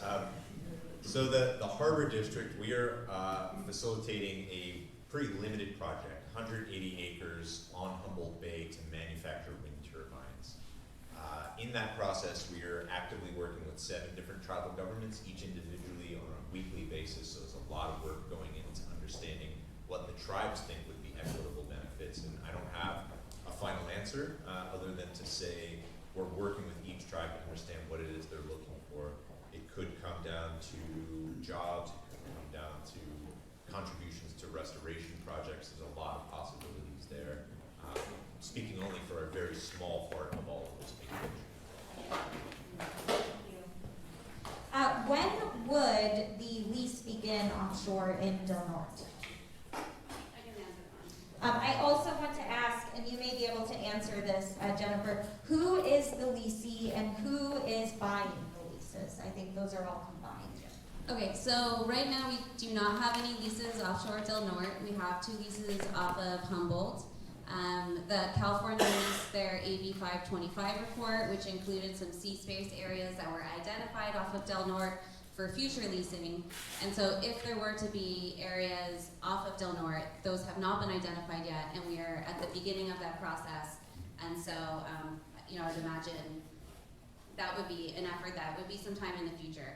As far as who's buying the leases, I would say they're multinational energy companies, very similar to what you see in oil and gas. So, most of these companies are multinational. They're mostly very, very large. Equinor, Vineyard Wind, Shell has been involved. There's a company that is called Ørsted. So that's primarily the companies. Thank you. Another question, will this bring direct power to Crescent City, and will this impact electricity costs to residents here in Crescent City? I can start with that. So BOEM does not have jurisdiction on shore, but Cal ISO is very involved in trying to understand transmission. There are not a lot of existing transmission solutions here in this part of California. So I would say that is undetermined at this time. And so we've seen potential solutions that have offshore cabling. We've seen potential solutions that have onshore cabling. But I think really Cal ISO will be the one who is determining that, because that's mostly their jurisdiction. Thank you. I do have some questions here for Alex specifically. Do the wage graphs reflect workers being paid or laid off during the bad weather every year, and will people have work during winter? That's the first question. Yeah, so the seasonal flows of work, that doesn't incorporate that. So what that looks at is full-time equivalent jobs. So when that says 25,000 FTE jobs, that doesn't even necessarily mean that there's 25,000 jobs. That could mean there's 50,000 part-time jobs. So in terms of like seasonality and when you work, that's still all up in the air. So that's, again, something that we have to take into consideration when we're figuring out where to put our time and money. Are these jobs going to work in the winter? Are they going to work in bad weather?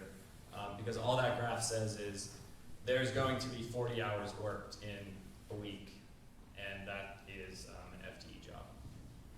Full-time equivalent, sorry. I have another question for you. How much noise in decibels does each turbine make? Do we know that at this time? I don't know Anybody that else? because I'm not an engineer or smart like that. Maybe someone else does. So we have data from floating offshore wind farms off of Scotland. The range that I'm familiar with is how far away from a turbine can you kind of hear it, which would be, I think, about 4 to 5 kilometers. And that is underwater. There is going to be some sound above water. Some of that will get carried underwater. It's mechanical energy, so it's going to go down to the floating offshore wind platform and then go underwater. There has been some, perhaps, impact of noise on marine mammals, with perhaps some avoidance because of noise impacts. And lots of whale deaths on the East Coast. And those turbines are much smaller that you are referring to. Again, I am asking for no feedback at this time. Thank you. Okay, did you finish answering? Yeah. Okay, perfect. All right.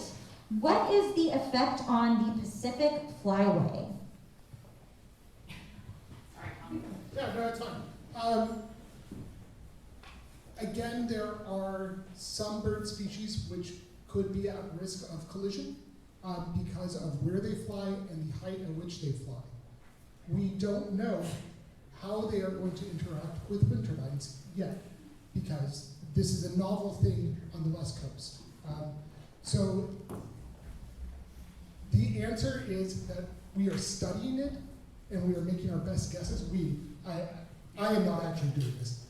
People far smarter than I am are doing this work to do modeling to predict the impact. And I don't believe that we have a good answer yet as to impact to the Pacific Flyway. And I believe that we have another answer to that as well. The California Coastal Commission has done a really interesting study on this. It's available on the Coastal Commission's website. Where they looked at various bird species and the distance from the shore that they travel when they go up and down the coast. And so there's a limit, as Tom was saying, there's a limited number of species, but they have some pretty easy to read maps and data about this. So if you're interested in that topic, I encourage you to look at the Coastal Commission. Awesome, thank you. Interesting question here. It's not posed as a question. It just says Cascadia Fault. Does anyone have anything to say about the Cascadia Fault? So I mentioned that I used to be the senior geophysicist for the project on the East Coast, and so when we were looking at siting offshore wind here on the West Coast, I was involved in some of that as well. And I can tell you we have done some studies about what we need to know to do proper engineering for all of the geohazards that are here. It's false is just the beginning, is what I'll tell you. And you know, with that 5-year data collection period, you know, that's when we would really understand, you know, what is the strength of the sediment in that location. You know, we have good information on, you know, potential earth movements based on all of the great work that's been done onshore.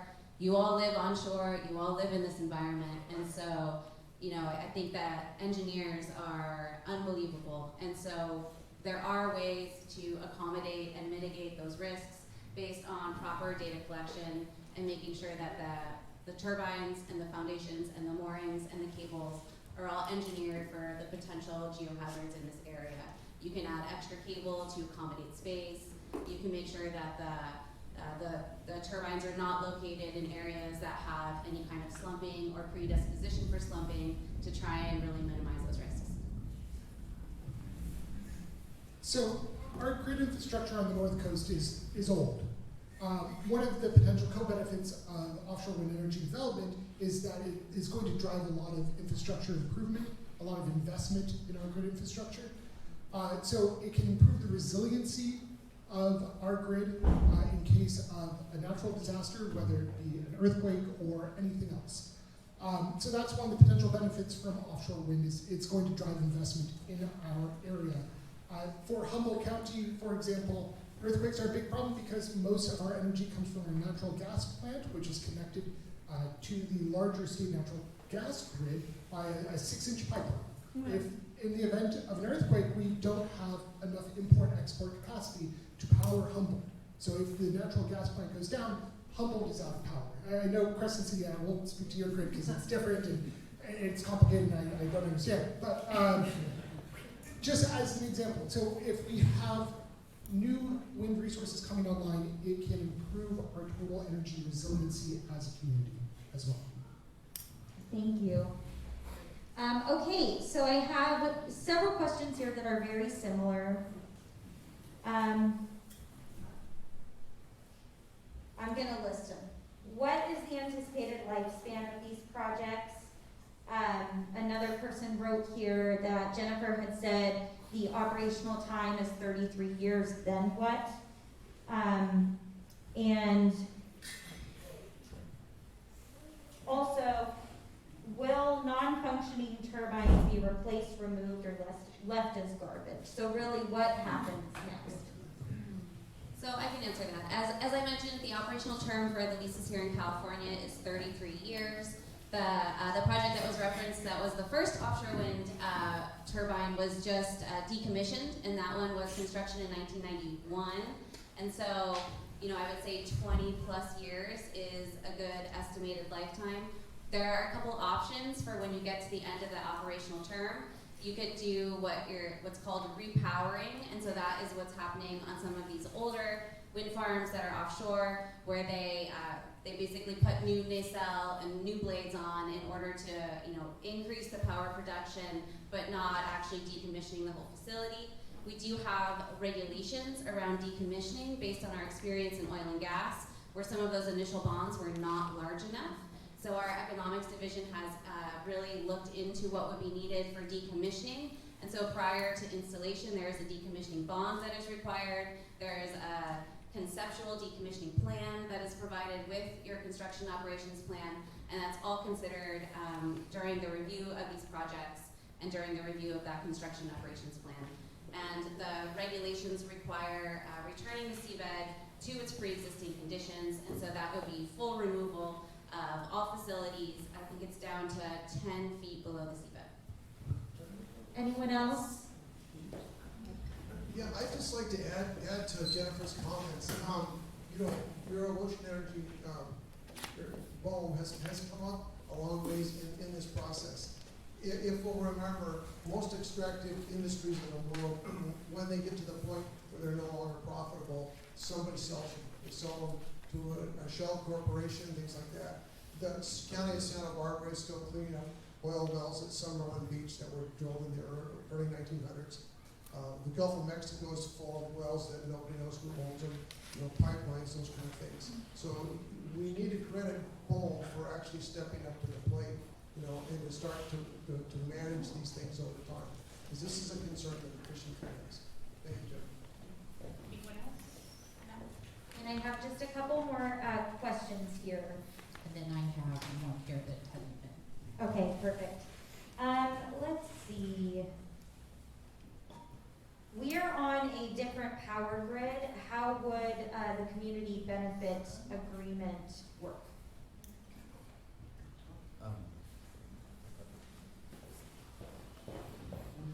So in that instance, the community benefit agreement it's not necessarily related to the grid. It's about proximity of the wind farm itself.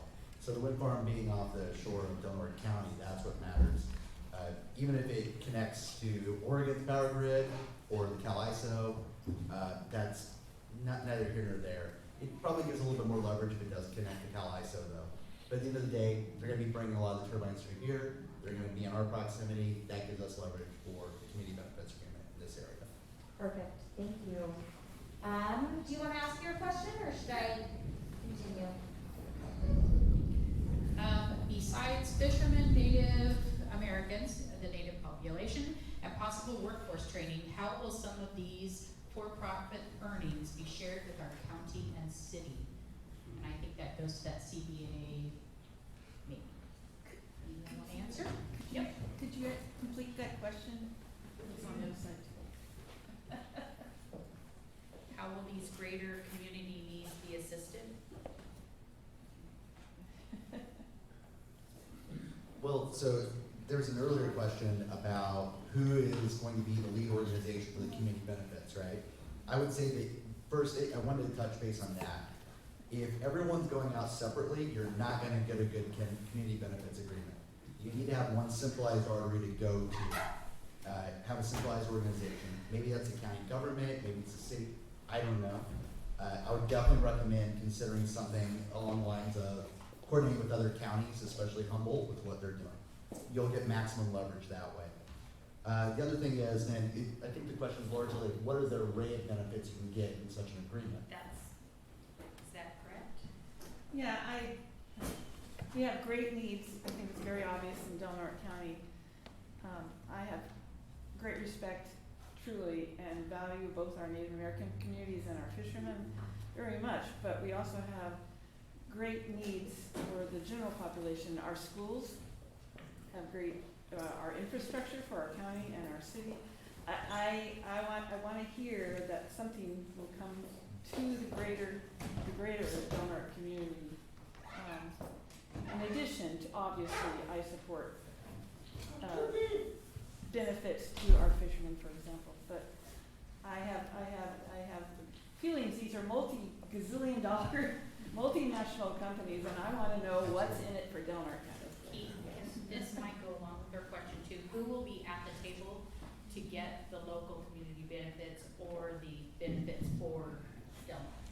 So that's not determined on me, I'll say Yeah. that. I'm just a professor at UC Davis, yeah. So you're not holding me accountable. Yeah. She said, Jim.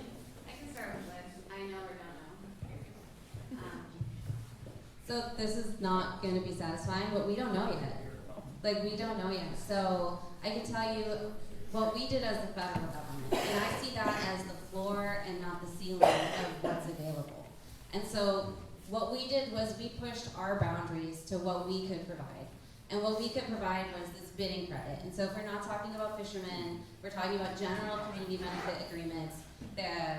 Both of the companies that have leases up here in Northern California, they both qualified for the 5% general community benefit agreement. But they have not executed those agreements yet. So now is the time to determine what those benefits are. Now is the time to go to the table, to form an organization, and to ask for what you want.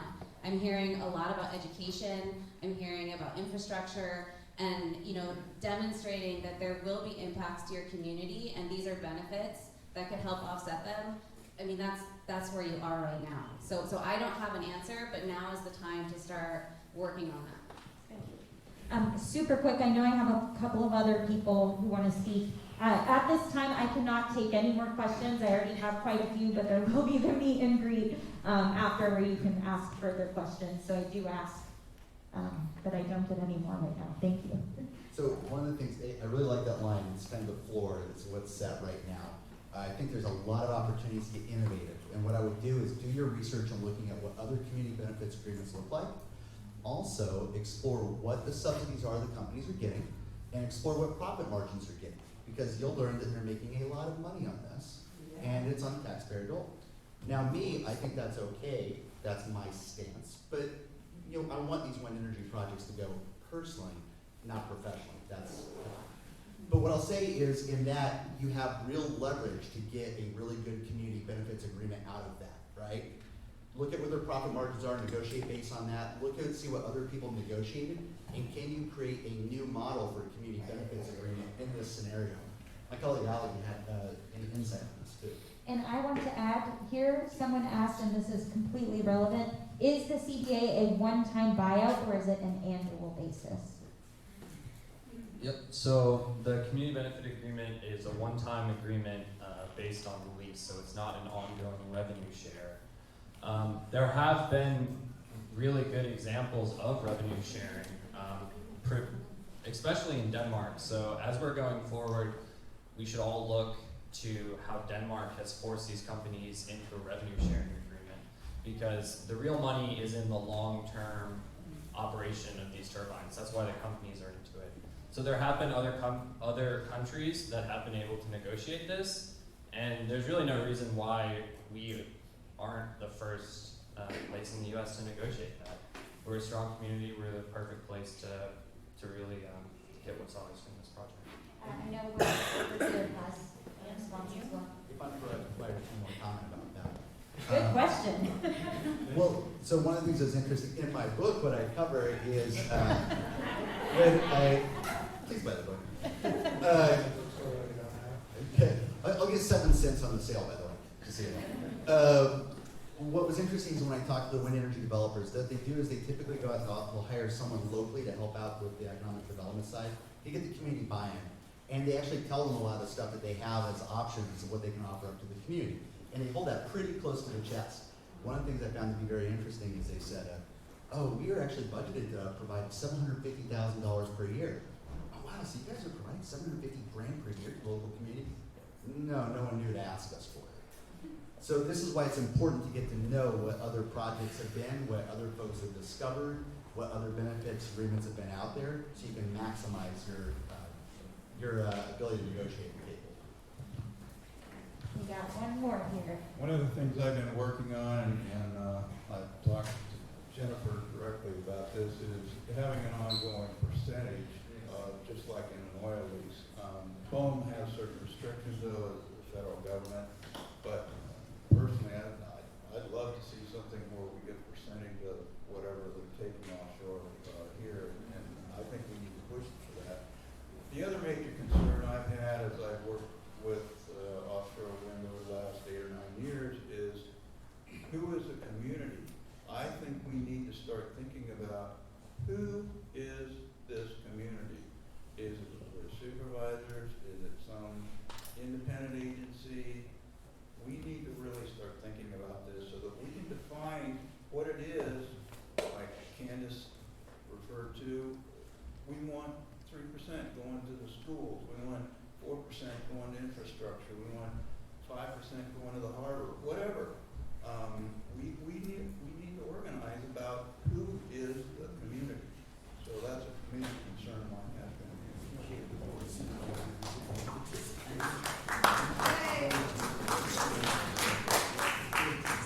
So how do you get those percentages?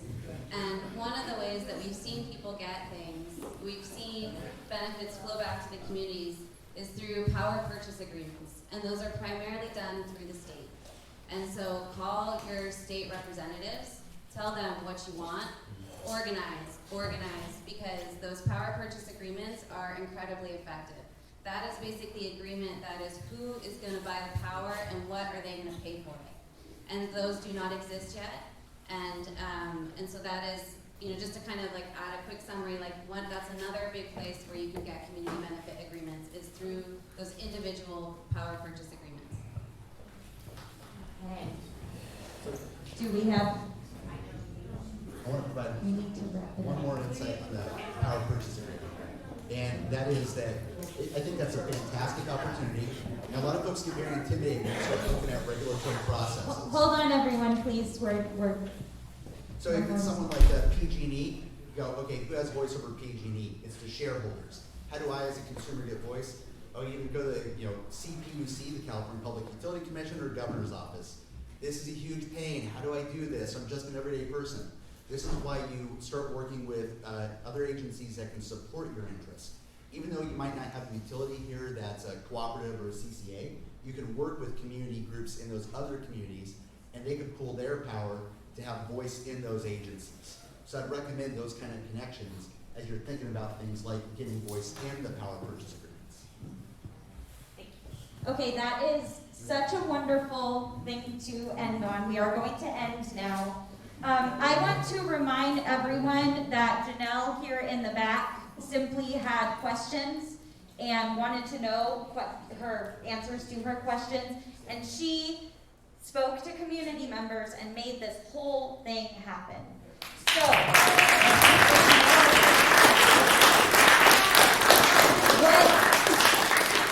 what this means is that we all can be as empowered as Janelle. If we want to know more,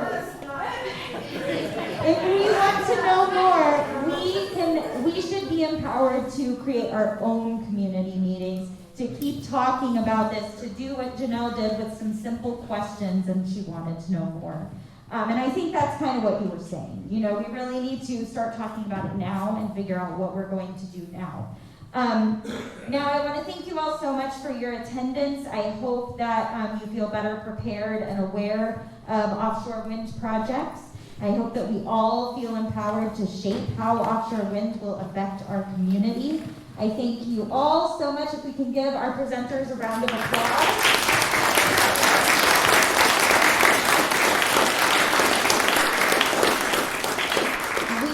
Greatly appreciate all of you giving up some of your Saturday to come and speak to us. Just a couple more things. We do have these QR codes on the side. We really ask that you scan that so that you can give us feedback about this. And also, if you're interested, to be involved in future meetings that we are going to have. Please stick around for some cookies, drinks, and to talk with our presenters. And with that, I will wrap up. Again, thank you all so much for being here. And before you leave, if you don't want to use the QR code and you want to stay informed, I need your email or phone.